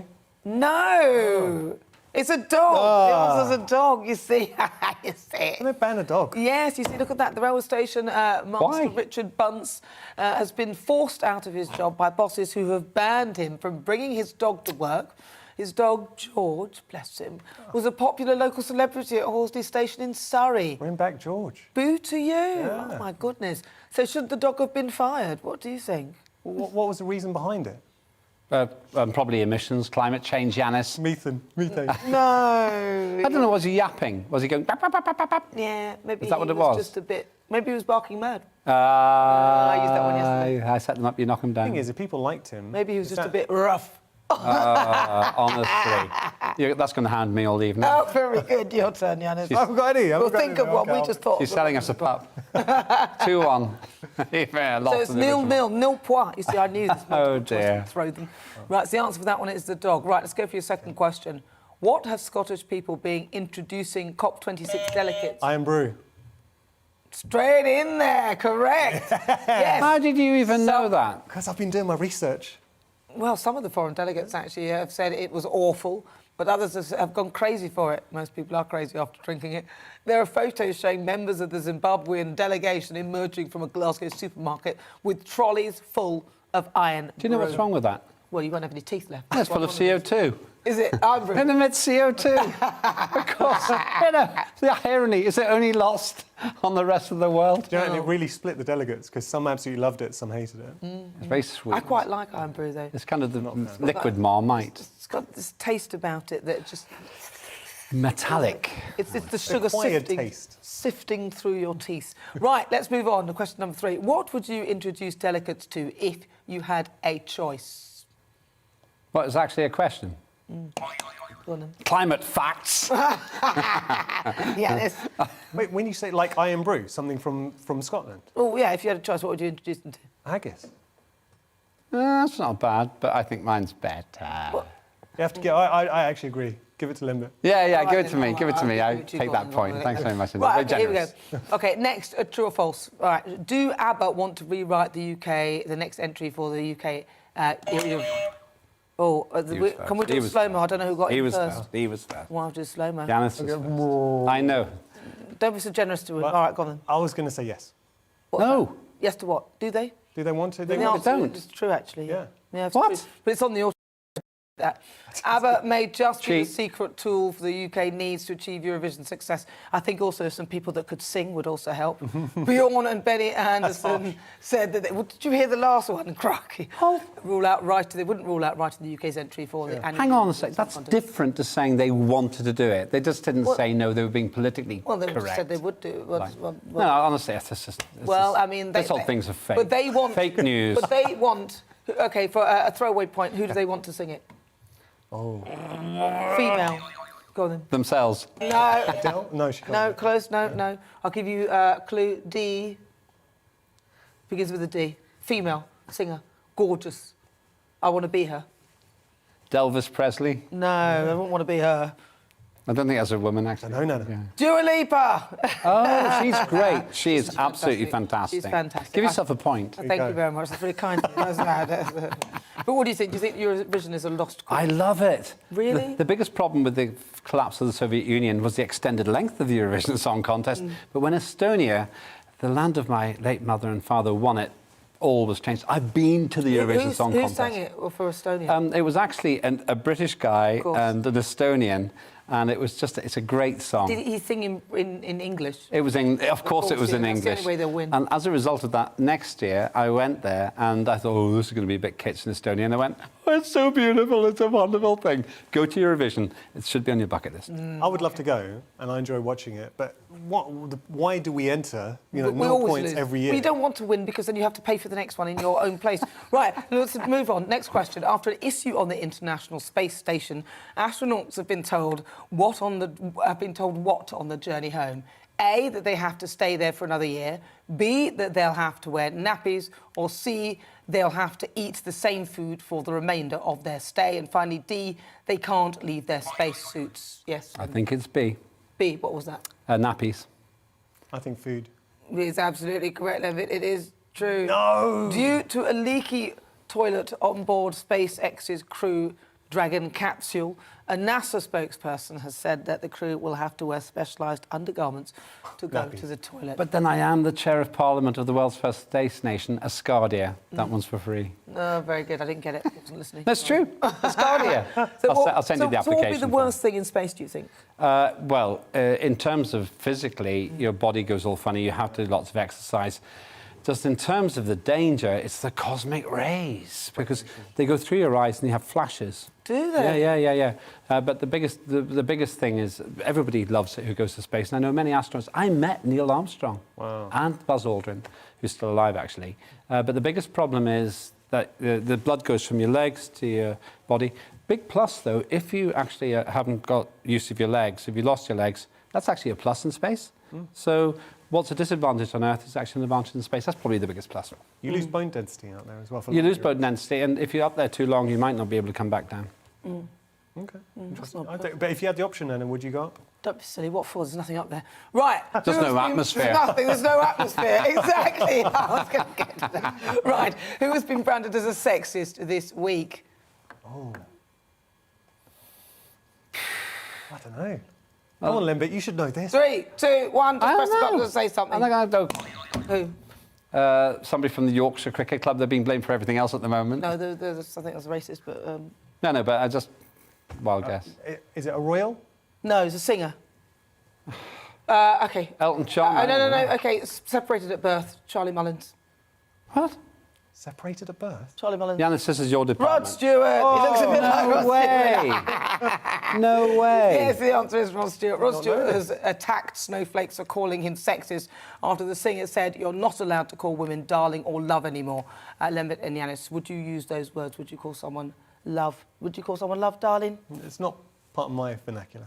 If they're called love, yeah. If they liked it. I don't mind. Would you be offended if I called you darling? No. There you are. You said it. If like one guy, when he parked in the middle of the street, went, look, darling. I said, don't you darling me. Got out of my car, I said, who do you think you are? Now move your car now, there's a space there. Oh, what, can't you park? Yeah.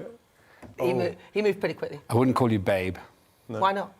If you've actually seen the film, I can't remember what it was with Pamela Anderson in it. Oh. It ends badly for anyone to call her babe. I thought you were going to say the one with the pig.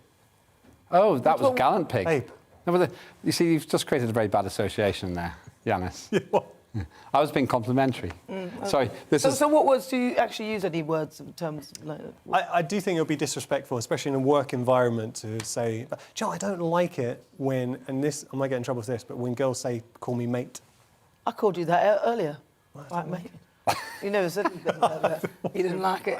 It's appropriate to whatever they want. Yeah. But as long as you understand it, almost anything is acceptable. It's whenever you go outside comfortable boundaries. That's when you get in trouble, as ever. Right, the final word on our Great British Debate today. I've been asking, should the police be subject to random digital checks? And lots of you have been getting in touch with your views. Fran says this: I'm sure a badly behaved officer would find his way around it. So no. Just more policing, wasted time, yeah. Harry says the police check people's emails and social media, so why shouldn't they be checked? So I'm with you there, Harry. Simon says, I agree that you cannot ever control people enough to totally stop crime. According to our Twitter poll, 61.6% of you said yes, police officers should be subject to random digital checks, and 38.9% of you said no. So I win again. I was absolutely spot on. I agree with you as well. Listen, I've got to say thank you so much to my panel. Yanis Morgan, thank you so much. You were been a pleasure. Panel Thank you. virgin, fantastic. And also Lembit Opik for joining me today. Always my pleasure. As ever, a pleasure. Right, whatever you do, make sure you join me tomorrow. We'll be back at 4 o'clock. Thank you so much for your company. Enjoy the rest of your day.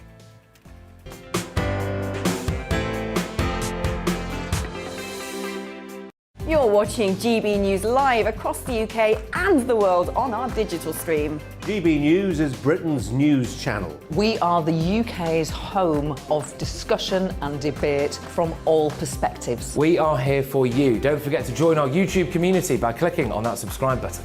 And if you want the GB News app, you can click and catch up on programmes anytime. We love to hear from you, so email us. gbviews@gbnews.uk. Thanks for being part of the GB News family.